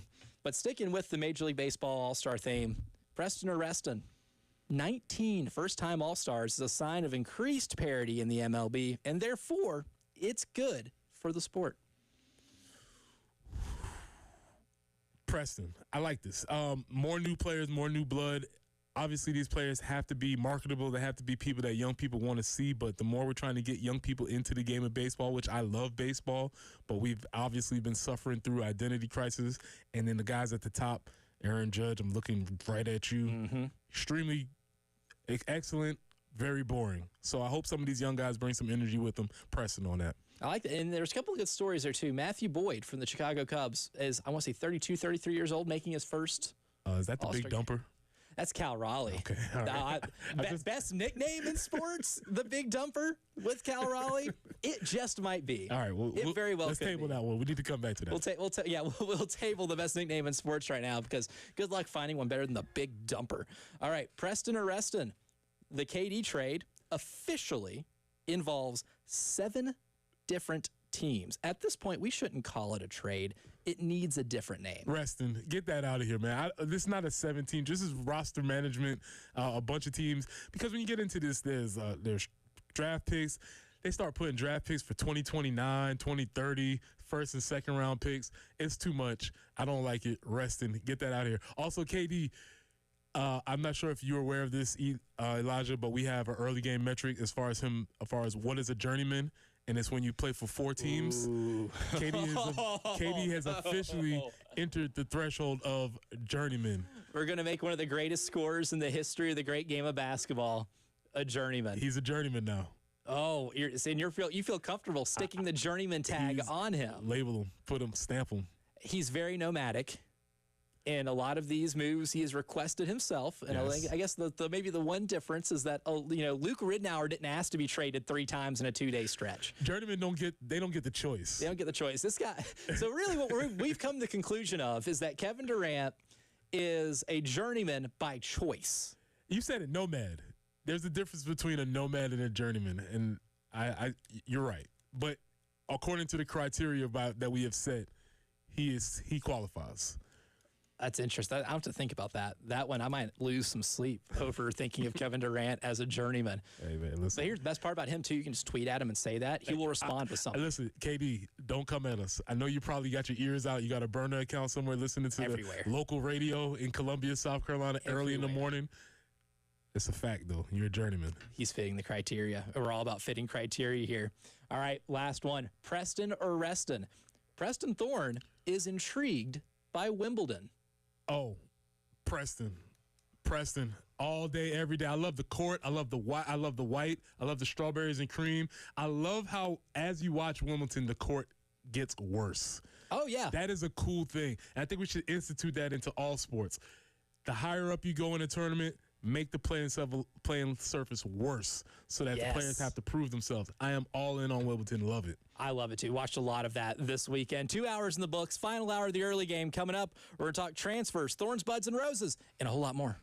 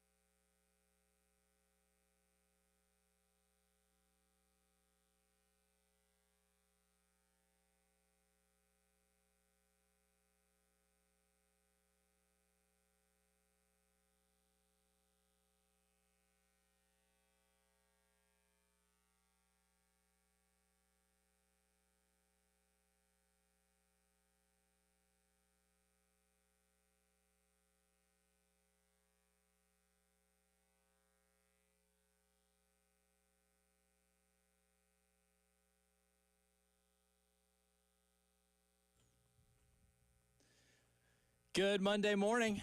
Final hour of the early game starts right now. I'm Elijah Campbell. He's Preston Thorne. Captain David Dare behind the glass. Our own Jen Jensen will get to join the party here on Thursday. She's still out of town. She got to enjoy some racing over the weekend in the great city of Chicago. Which, by the way, your boy got a dub. Your boy got a dub. Call. Good call. SPG. Let's go. Was he a dark horse in that race? No, he wasn't a dark horse from what I've learned. Okay. He's a specialist in road racing. Shout out to my guy, Tyler Head. I've learned a lot. He's a specialist in road racing, so it was, I won't say expected, but it was an outcome that people did think could happen. He's a specialist. In that. That's the word. Yes, because most NASCAR tracks, you're just turning left the turns. entire time. But in the city of Chicago, there's a lot more right turns there. See, that's why I've picked up. I'm trying to get back into NASCAR. I'm trying to get back into it. I was a big player of NASCAR Thunder 2003. Gotcha. Such a fun game. Such a fun game. Sometimes I'll talk NASCAR and be like, wait, is Bobby Labonte still racing? Rusty Wallace, where is he? Rusty Wallace, yeah. They still driving the Miller Lite car out there on the road. Dale Earnhardt Jr. doesn't race anymore, right? So I'm trying to get back into it now that I'm on a NASCAR-friendlier show. I have to get back into it a little bit as well. We're getting to know each other a lot better here this morning. It is a new era of the early game. I have been traded from the post-game show to the early game. Bill Gunner traded from the early game to the halftime show with Tyler Head from 12 to 3, which they're going to be talking about that a lot today as well, which means Terry, as a part of this three-team trade, Terry Ford will be taking my old seat for the post-game show. That all starts today. Terry Ford, journeyman. Journeyman. Terry's going to count as a journeyman. Absolutely. Now, we'll have to ask Terry how much of it is his choice compared to Kevin Durant, since in the last hour we kind of came to the conclusion that Kevin Durant is starting to fit Nomad versus journeyman, Terry Ford. Is starting to fit some next. journeyman criteria. Yeah. Is he a journeyman or a nomad? I think that's the discussion we'll have to have with Terry Ford somewhere down the road. But in terms of talking about transfers, I know I mentioned trade. That's a pro sports thing. I don't think we're get trades in college anytime soon, or maybe anytime ever. But me being a transfer to the show kind of sparked an idea of talking about who are the most important transfers for the South Carolina Gamecocks. We got into it in the first hour in terms of which transfer do we really need the Gamecocks to land in terms of what their projection for him is to get them from 9 wins to 10 wins. Because I think we can all agree, this team wins 10 games, you're in the college football playoff. Barring any type of crazy extenuating circumstance, 10 wins should be the benchmark to get you in the college football playoff, or at least where you're not just absolutely sweating through all of your clothes on that selection Sunday. You were leaning Boaz Stanley in the first hour with this offensive line. Yeah, I was leading Boaz Stanley only because he's coming in. He's somebody who is a veteran. He's coming in to replace a veteran in Rashawn Lee. And the offensive line, by a majority of metrics, was not very good last year. They improved. They were healthy. Importantly, yes. Most importantly, they were healthy, and that's a feather in their cap and a feather to everybody who did that. Congratulations. But they weren't great on any front, whether it was pass blocking, run blocking, sacks allowed, penalties, however you want to go do it. They're going to need somebody to step up, especially at the center position, to make Lenoris feel more comfortable in the pocket and take the mental load of running the offense off of Lenoris. I believe Lenoris benefited a lot from that last year, from having a bunch of veteran guys, especially Rashawn Lee at center, to be able to do a lot of those things. So my pick of many, I think, zeroing in on how does Boaz Stanley work at the center position, assuming that he plays center. And I think best case scenario, he sticks with playing center. I think if we have a scenario throughout the year where he's kind of like line hopping, where he's going from one line to the other. I mean, we want the stability of the offensive line to look maybe more like it did last year, as opposed to the United States military's approach to the Pacific in World War II, where they're island hopping. We don't want line hopping here, right? Because if he's staying at center, then everything else around him has been good enough, and things are running about as smoothly as possible. Well, because the way things work, Elijah, is that all right, they weren't great last year, but they were consistent. And at least if you have something consistent, you can game plan around how and who's going to be messing up how and where. So if I know that this player can't do this, I can at least game plan to make sure that he's doing that. At least I know that he's there. And so that probably made the play calling a little bit easier, and it made him being able to get a couple more things done. So health, first and foremost, for everybody, but Boaz at center, I think, is going to be maybe an overlooked important aspect of the team. Because it's going to help Lenoris Sellers a lot. And I think if we want to see Lenoris reach some certain, statistical benchmarks, like completing 70% of his passes, or throwing for over 3,500 to 4,000 yards, or making himself a Heisman frontrunner, the offensive line is going to have to help him out a lot. But the one thing I guess we haven't really hit on just yet is how important somebody like Boaz Stanley is going to be for the run game. Because right now, Rasul Faison is still in transfer portal purgatory. We have not gotten the green light, and as more days go by, the less confident I am feeling about Rasul Faison getting allowed to suit up for the Gamecocks this year. So if that's the case, you're not going to have a runner in this room. I know Augustave from Colorado was the leading rusher last year, but he's the leading rusher for Colorado despite running for fewer than 400 yards. They just didn't run the ball a lot, right? The coach's son was the quarterback. Yes. They were going to throw the ball 50 times a game. So you don't have a running back in that room who has ever been, I guess, the leading carrier for a team. Oscar Attaway's put up some seasons where he's run for over 800 yards, but in every single year he was at North Texas, he did not get the most carries on that team.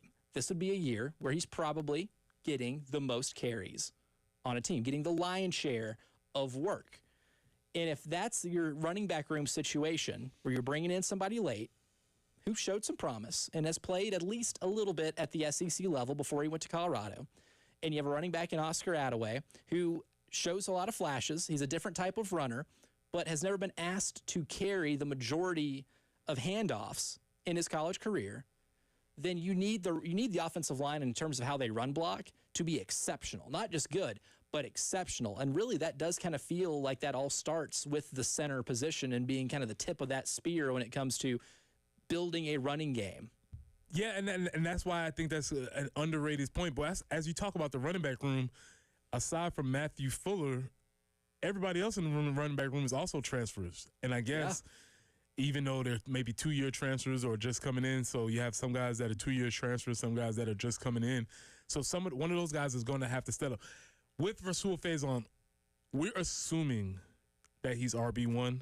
Is that the assumption that we're working with? I feel good about that. Yeah, based off of what he did last year and what the coaching staff thinks about him to bring him in. And so that's why this decision needs to be made. Now I saw there was whispers that I guess they're making progress on the case. I don't know whatever that means. If they're making progress now, what the hell they've been doing since January? What are we going to call that? Are we going to call that, I guess, progress, or just sitting on our hands, or just S-tier level procrastination?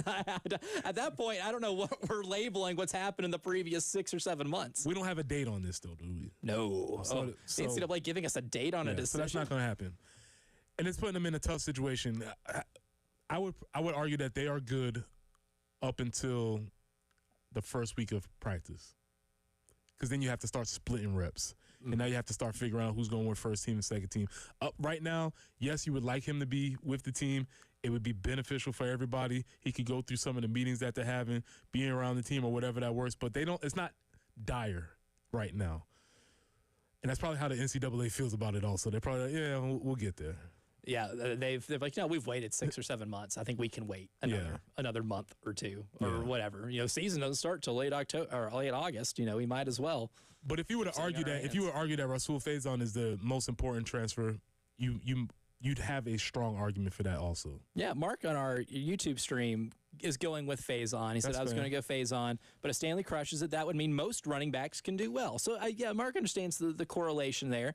And I think our guy Craig on the YouTube stream earlier this morning mentioned Brandon Cisse, along with Gabriel Brownlow-Dindy, who I tabbed Brownlow-Dindy as being the most important, because I feel like if you have so many pieces in place on defense, like you have the edge rusher, you have in terms of like rushing the quarterback, check. You've got a secondary littered with talent, littered with returners, and then adding Brandon Cisse kind of supplements everything right there too. A guy who can potentially shut down one half of the field, pairing him with Jalen Kilgore, Judge Collier, Peyton Williams. I think you're very set in terms of defending the pass. But goodness, if you can't stop the run, and that's one thing last year that helped the secondary create so many turnovers. Like Nick Emenwari after the Kentucky game in that press conference, like one thing I asked him was, how much easier did it make life for you with Dylan Stewart and Kyle Kennard basically harassing Brock Vandegrift the entire game. And remember, Brock Vandegrift completed almost as many passes to South Carolina as he did Kentucky. He completed 3 passes in that game. And he was being harassed the entire game. And Nick just said, it makes everything so much easier. Because if that quarterback has no time to throw or he's throwing with kind of like a contorted vision of the field, that's when we can make turnovers. And then you saw it the rest of the year. The pass rush allowed for further turnovers to happen in the secondary. But if you're getting gashed on the ground, teams are going to be able to extend the game, extend their drives, keep Lenora Sellers off the field, and be able to milk 6-7 minutes off the clock on a drive and really limit the amount of times and chances that you get to be able to mount a comeback if they're able to score first. Like, really, the most debilitating thing that can happen for this team, I think, is teams can run on you. They can get up on you early, make your offense have to play catch up. And if your offense can't do it in that game, if they're not game to do it in that situation, then you're looking at a season that might be disappointing considering the expectations we've kind of laid out for them going into the season. Yeah, and with all of that being said, I do think with Gabriel, that is going to be very important. And the reason why it's important is because they had so many dudes last year.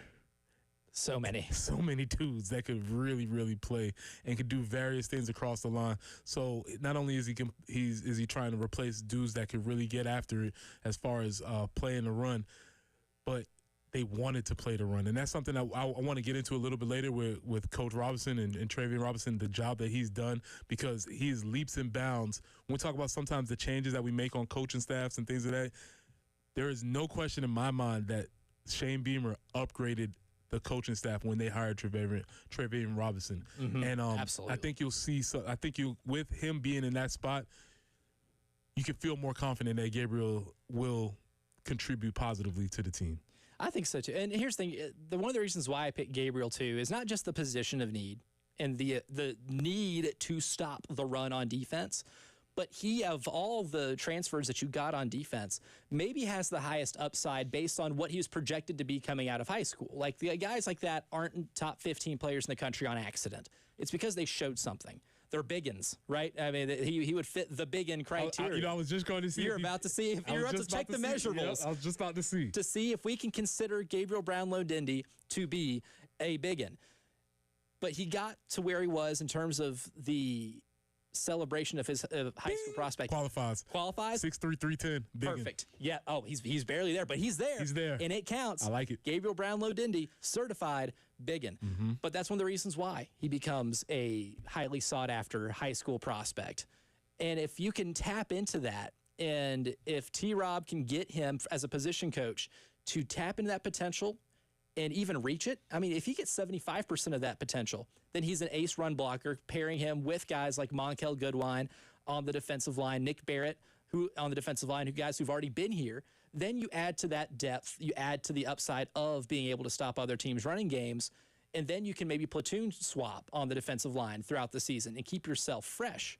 Because if this defense stops the run at a really high level, Preston, I feel good about 9 or 10 wins. That's a big statement, and that's something that they're going to need to do. I want to get back into that. We could talk about it a little bit later, maybe tomorrow, next day, whatever. We got plenty of time, and I never need more convincing to talk about defensive line. But I really want to talk about the skill versus will as far as it is playing the run, because I believe you have to have both. Ooh, I like that, and we'll revisit this at 8:30. But as always, it's a Monday. You guys know what time it is. It's time for Thorns, Buds, and Roses. We'll hit that on the other side as you're listening to the early game.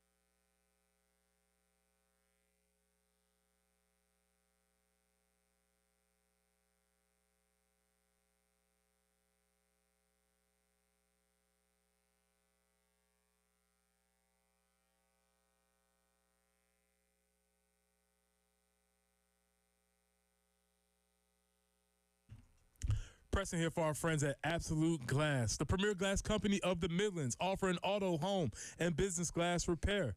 So if your glass is damaged, shattered, cracked, or broken, they can handle the job.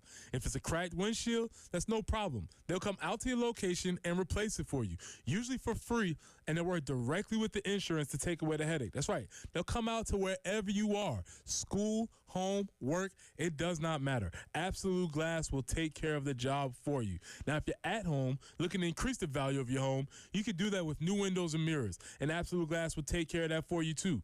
Windows, mirrors, shower enclosures. Say it all the time. If you can see through it, Ray and Marianne at Absolute Glass can do it. So check them out online at AbsoluteGlassInc.com. That's online at AbsoluteGlassInc.com.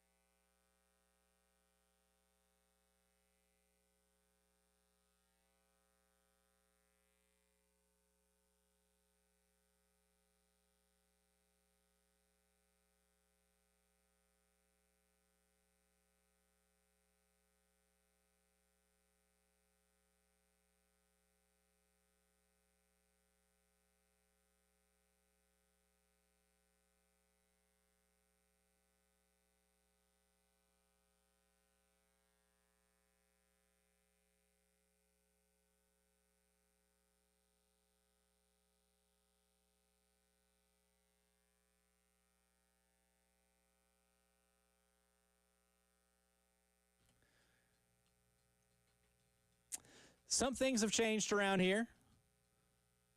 I'm Elijah Campbell, now of the early game. But Preston Thorne's still here. Jen Jensen's still on the show. She's just on vacation today. That's why our man Captain David Dare is behind the glass, giving you traffic reports and keeping us out of trouble. But one thing that's also not going to change is that every Monday morning at 8:15, it's always going to be time for Thorns, Buds, and Roses. It's time for Thorns, Buds, and Roses with Preston Thorne on the early game. 107.5 The Game. All right, Elijah, it's your first time here. I'm glad you're here. Glad you're here for this one. Yes. Because this is a combination of a couple of things. We're giving us hottest sports take. Well, my hottest sports takes just happened to coincide with my big thorn for the weekend. And the big thorn of the weekend are reviews. Oh, Get rid of all of them. I don't want instant replay. I don't want VAR. I don't want ABS. I don't want challenges. I don't want red flags. I don't want any of them. Get rid of any video review. I'm sick of them. I'm tired of them.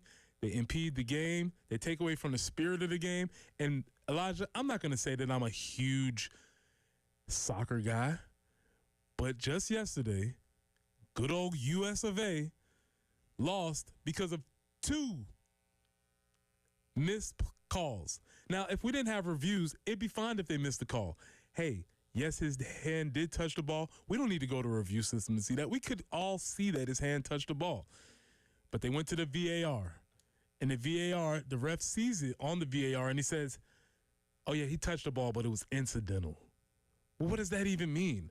I thought this was soccer. I thought the one major rule for soccer was you can't touch the ball with your hand. You can't touch the ball with your hands. So here's an idea. Get rid of all of them. I do not like instant replay. I don't want VAR. I don't want automatic balls and strikes. No review systems. That is going to be my thorn for the weekend. Let's just get rid of them all. Not only is it my thorn, but it's also my hot sports take. Get rid of review systems. Oh, all of them, indiscriminately. Indiscriminately. I'm tired of the challenges in the NBA. Get rid of all of them. Just call a foul, and we'll play it out from there. Now, we're going to switch. It's usually Thorns, Buds, and Roses. But today we're going Thorns, Roses, Buds. Need 9 roses. You know why we need 9 roses?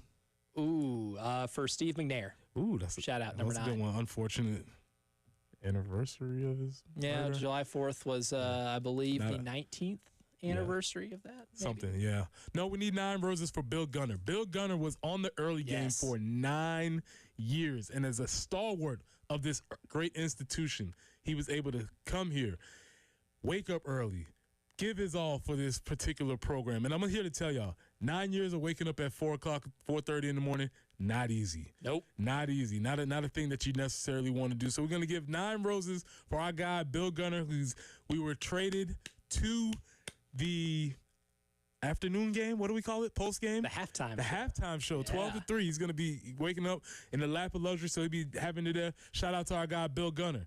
So that's why we need 9 roses. But now the buds.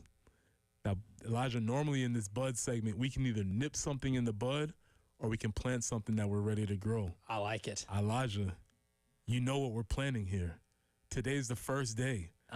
We are planting a major seed of the new early game. And we're going to plant seeds, Elijah. So hopefully we are planting this bud. Hopefully this thing will grow into a large, blooming Japanese blossom of a morning show where I am stating it now, Elijah.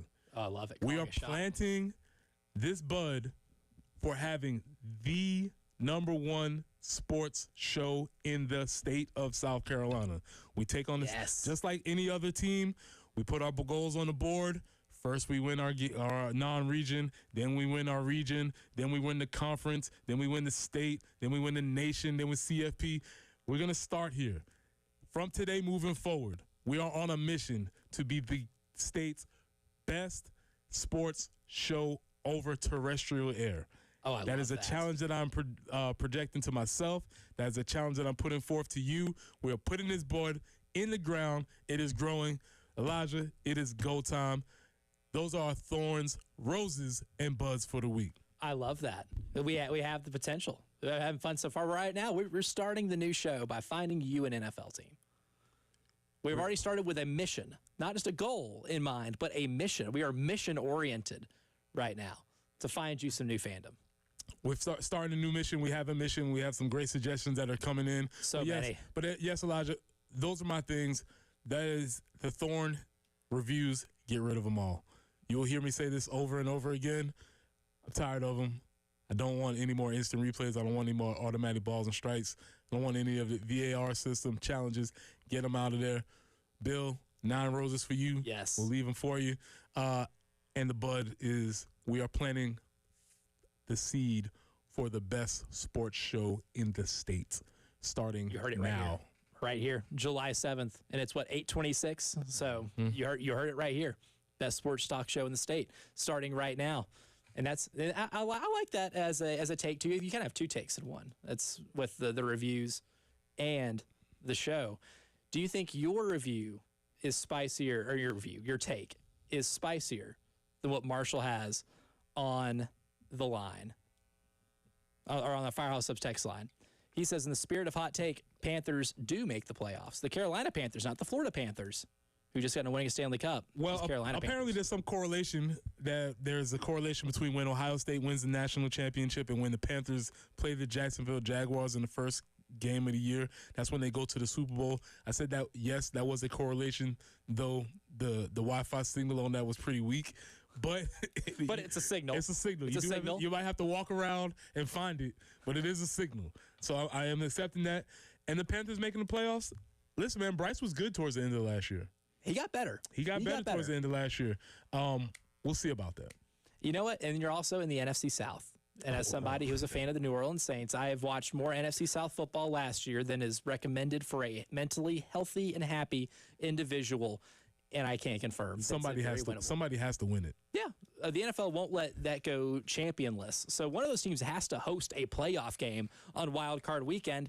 Why can't it be the Carolina Panthers? So that was Thorns, Roses, and Buds for this week. When we return, we'll continue our discussion of who the most important Gamecock transfer is here in 2025. We're coming off of a big season last year that saw 9 wins, that saw you on the cusp of the college football playoff. And as Preston said, getting from 9 wins to 10 wins, harder than going from the 5 to 9 that we saw from 23 to 24. We'll continue that discussion on the other side as you're listening to The Early Game.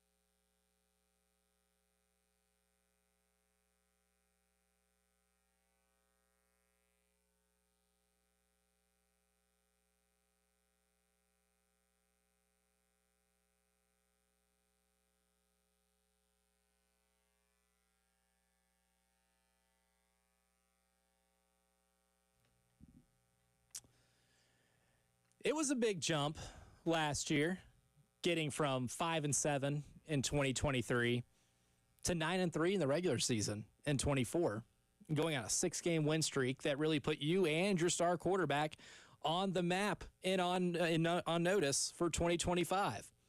But maybe it's harder getting from 9 wins to 10 wins than it is from just the 5 to the 9. And the players you bring in, Preston Thorne, vitally important to that. We're talking about our most important Gamecock transfers to help us realize this dream of a 10-win Gamecock season and playing in the college football playoff. We were talking about Gabriel Brownlow-Dindy in the first segment of this hour. And then you brought up an interesting point on skill versus will in the running game. And that could be something that unlocks that run-stopping potential that is what's going to be needed for a Gamecock team to get to that 10-win mark. Yeah, because the coach has 2 things that he has to get with his position players. Obviously, the coach is in charge of their skill. What are the techniques? Where are you placing your arm? Hand placement. Where am I? All of those really dorky, nerdy things that I would love to spend the next 30 minutes of our show talking about how a one technique can play a shade, but a shade is different from a 2-eye, but a 2-eye is not necessarily a head up. I do that all day. Oh, I love that. That's the skill part. But what the coach also has to do is the will part. And playing the run is all about want to. Do you really want to do this? I would position most defensive linemen don't want to do that. You want to get down in third down, put your hand down, work on the fancy pass rush move that you did on one-on-one. But nobody really wants to play a double team. Nobody wants to run out of a reach block or any of that, or spike on a twist game. Nobody wants to do any of that. And that's why I think Travian Robinson has been so valuable to this staff, because I'm just being frank and being honest. The previous D-line coach didn't get that out of them, and the stats would indicate that. The previous D-line coach may have been a good guy. A lot of people liked him. That's great. But as far as coaching the defensive line to play the run, that was the Achilles heel for the beginning part of the Shane Beamer era. And I don't think it's a coincidence that you've seen them make this huge jump when they brought this specific coach in who, 1, is an alum of the university, 2, made his way through the college rankings, coaching in G5s, and 3, most importantly, worked under the tutelage of the great Brad Loyne. And I think he brings all of those things into this room. So T-Rob has been a tremendous addition, and I think as fans we can feel confident that regardless of who it is, obviously you have to have a certain level of talent, but regardless of who it is, I think you're going to see a good product out of the interior defensive line. And one thing that I like, too, is that we have proof of concept for the development of these players, too. Think about a couple of guys that were here for a while. They're now in the NFL. Tonka Hemingway, TJ Sanders. Tonka has got so much better over the course of his time here, to where last year you saw him really become an NFL prospect. Because of his size, I think he was kind of viewed as a tweener at the next level. It's not a big one. Not a big one. Yeah, Tonka would not fit into our big one index, which for those who are just tuning in, that's 6'3" or 6'2". I think we went 6'2". 6'2", 310. Yep. At least. At the least. That's the big one index. Tonka, not a big one. The NFL is thirsty for big ones. Like them. They love them. But he developed. He got so much better. And you don't get drafted at the spot that Tonka did if teams don't believe you can still be a run stopper at the National Football League despite not falling into the big in category. Another one that I look at is TJ Sanders as well. The thing with TJ is we saw glimpses, right, early in his career. I look at the 2023 season, specifically the Georgia game, where South Carolina's got the lead in Athens solely because of what TJ Sanders is doing on the interior and being a total game wrecker the entire time.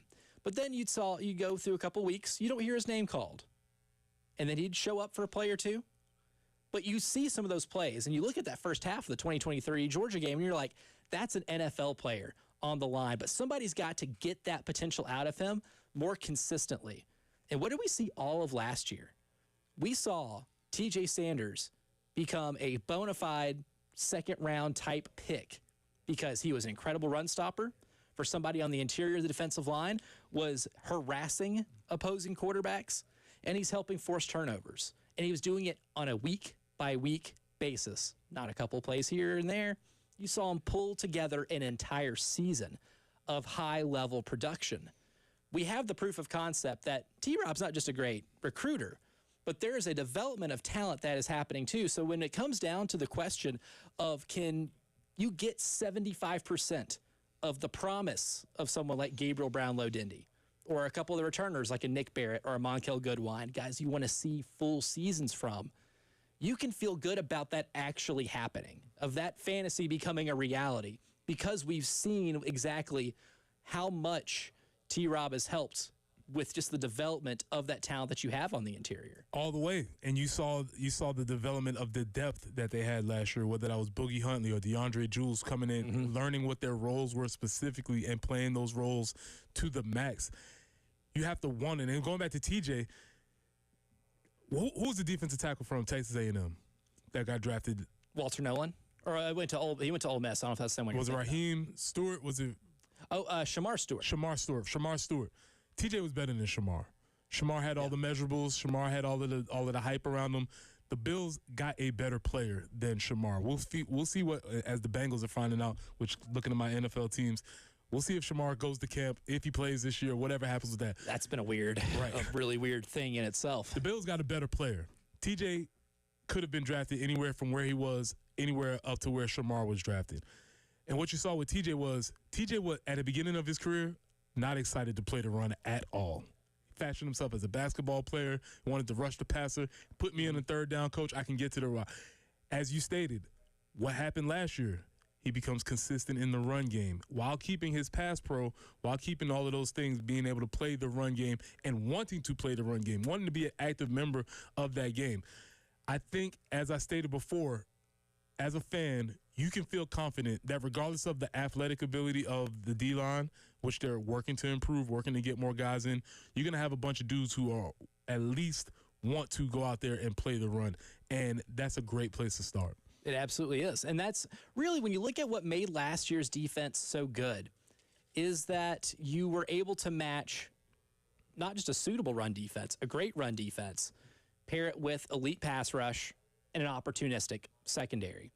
What do you have coming into this year? An opportunistic secondary, an elite pass rusher in Dylan Stewart, which is why someone like a Damon Clowney I think would be a really good choice for this, or a Sean Murphy would be a really good choice for most important Gamecock transfer, because you got to have somebody else on the opposite side of Dylan Stewart take advantage of one-on-ones.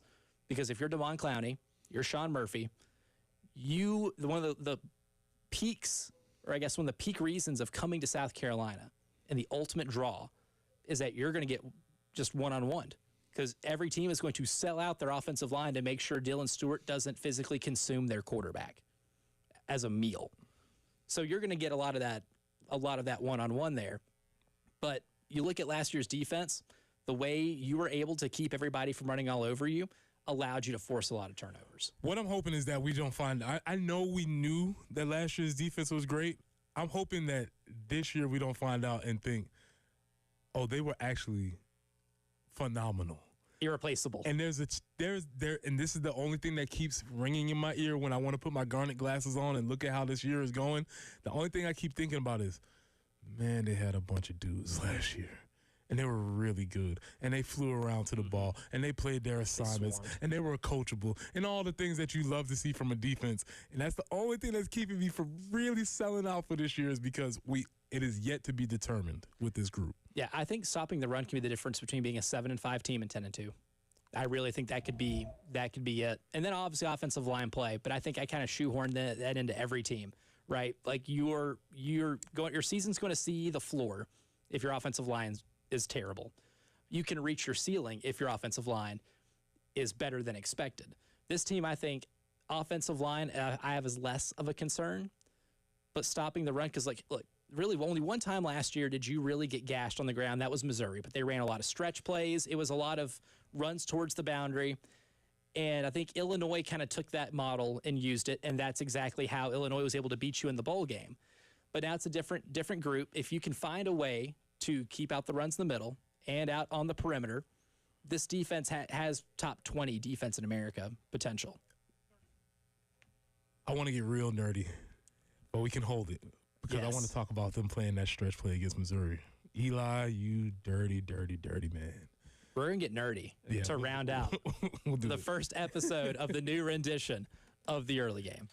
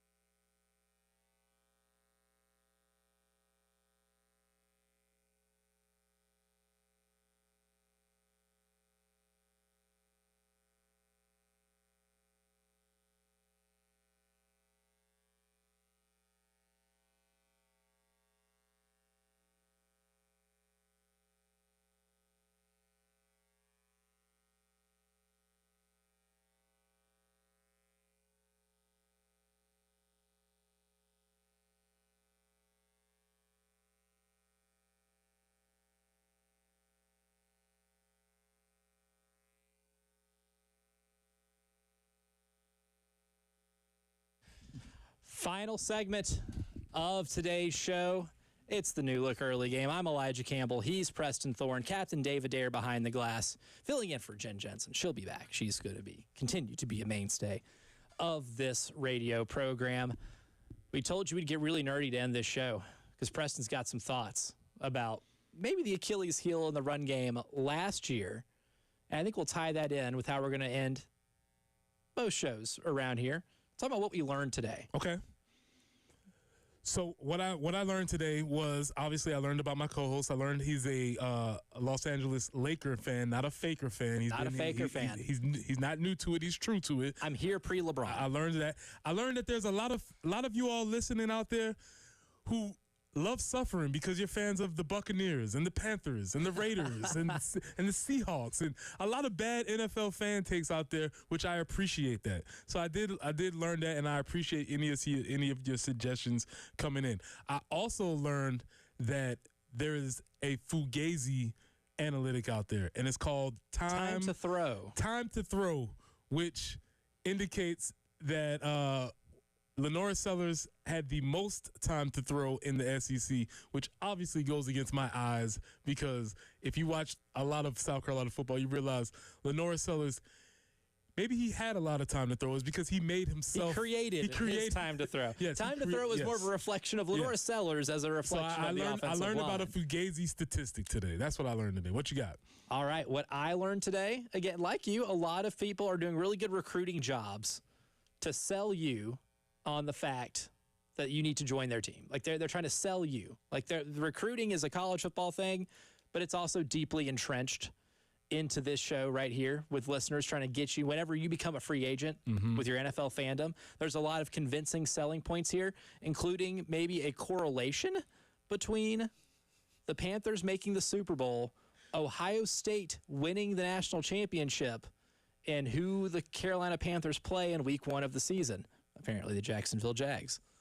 Yes, as I said, it is a correlation, weak, but correlation. And certainly no causation. Right. In there as well. Right. Another thing I learned too, my co-host Preston Thorne found an Achilles heel from last year's Carolina defense in terms of stretch run plays. And before we get out of here too, I want to crack your thoughts here on that and pick your brain about how much of that is correctable going into this season. Now, obviously, there's a big roster turnover, so obviously player strengths can be different from one to another.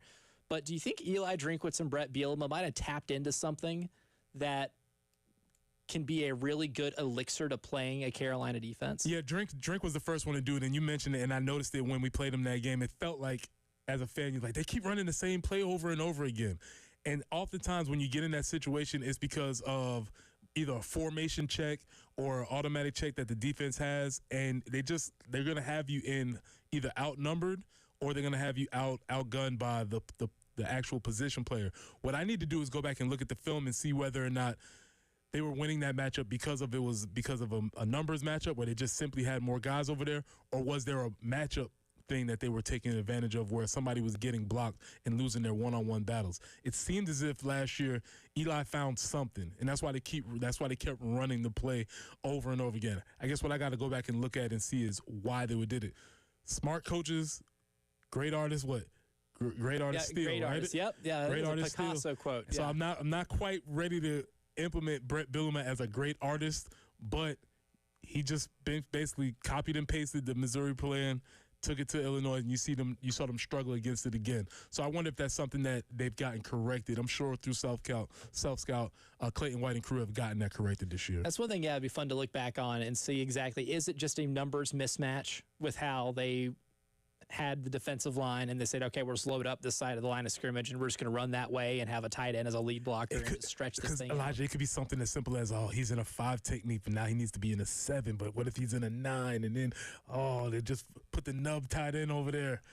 All the good stuff. Because they found something, too. They found something. And I really, thinking back on the Citrus Bowl, I think maybe their biggest reason that South Carolina lost that game was Illinois just controlled the game. Mm-hmm. Like, they really felt in control for the most part, just because the running game was really good. And Josh McCray had a fantastic afternoon for Illinois. Now he's going to be the running back for Georgia, which is unfortunate for Brett the SEC. had some things to say about that. Yeah, Brett didn't like that. No. I think there might have been a little bit of tampering accusation going on there. He just felt like there was a flight very quick to time of contact, and the difference between time of contact and flight to Georgia was slim. Seemed to be, small in time frame. Yeah.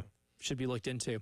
Well, a lot of people as well, because if you missed it earlier in the show, we're trying to find Preston an NFL team. And we've gotten so many suggestions. I've been trying to get to as many of them as humanly possible. So that way you can give your sell as to why your favorite team should be Preston Thorne's favorite team.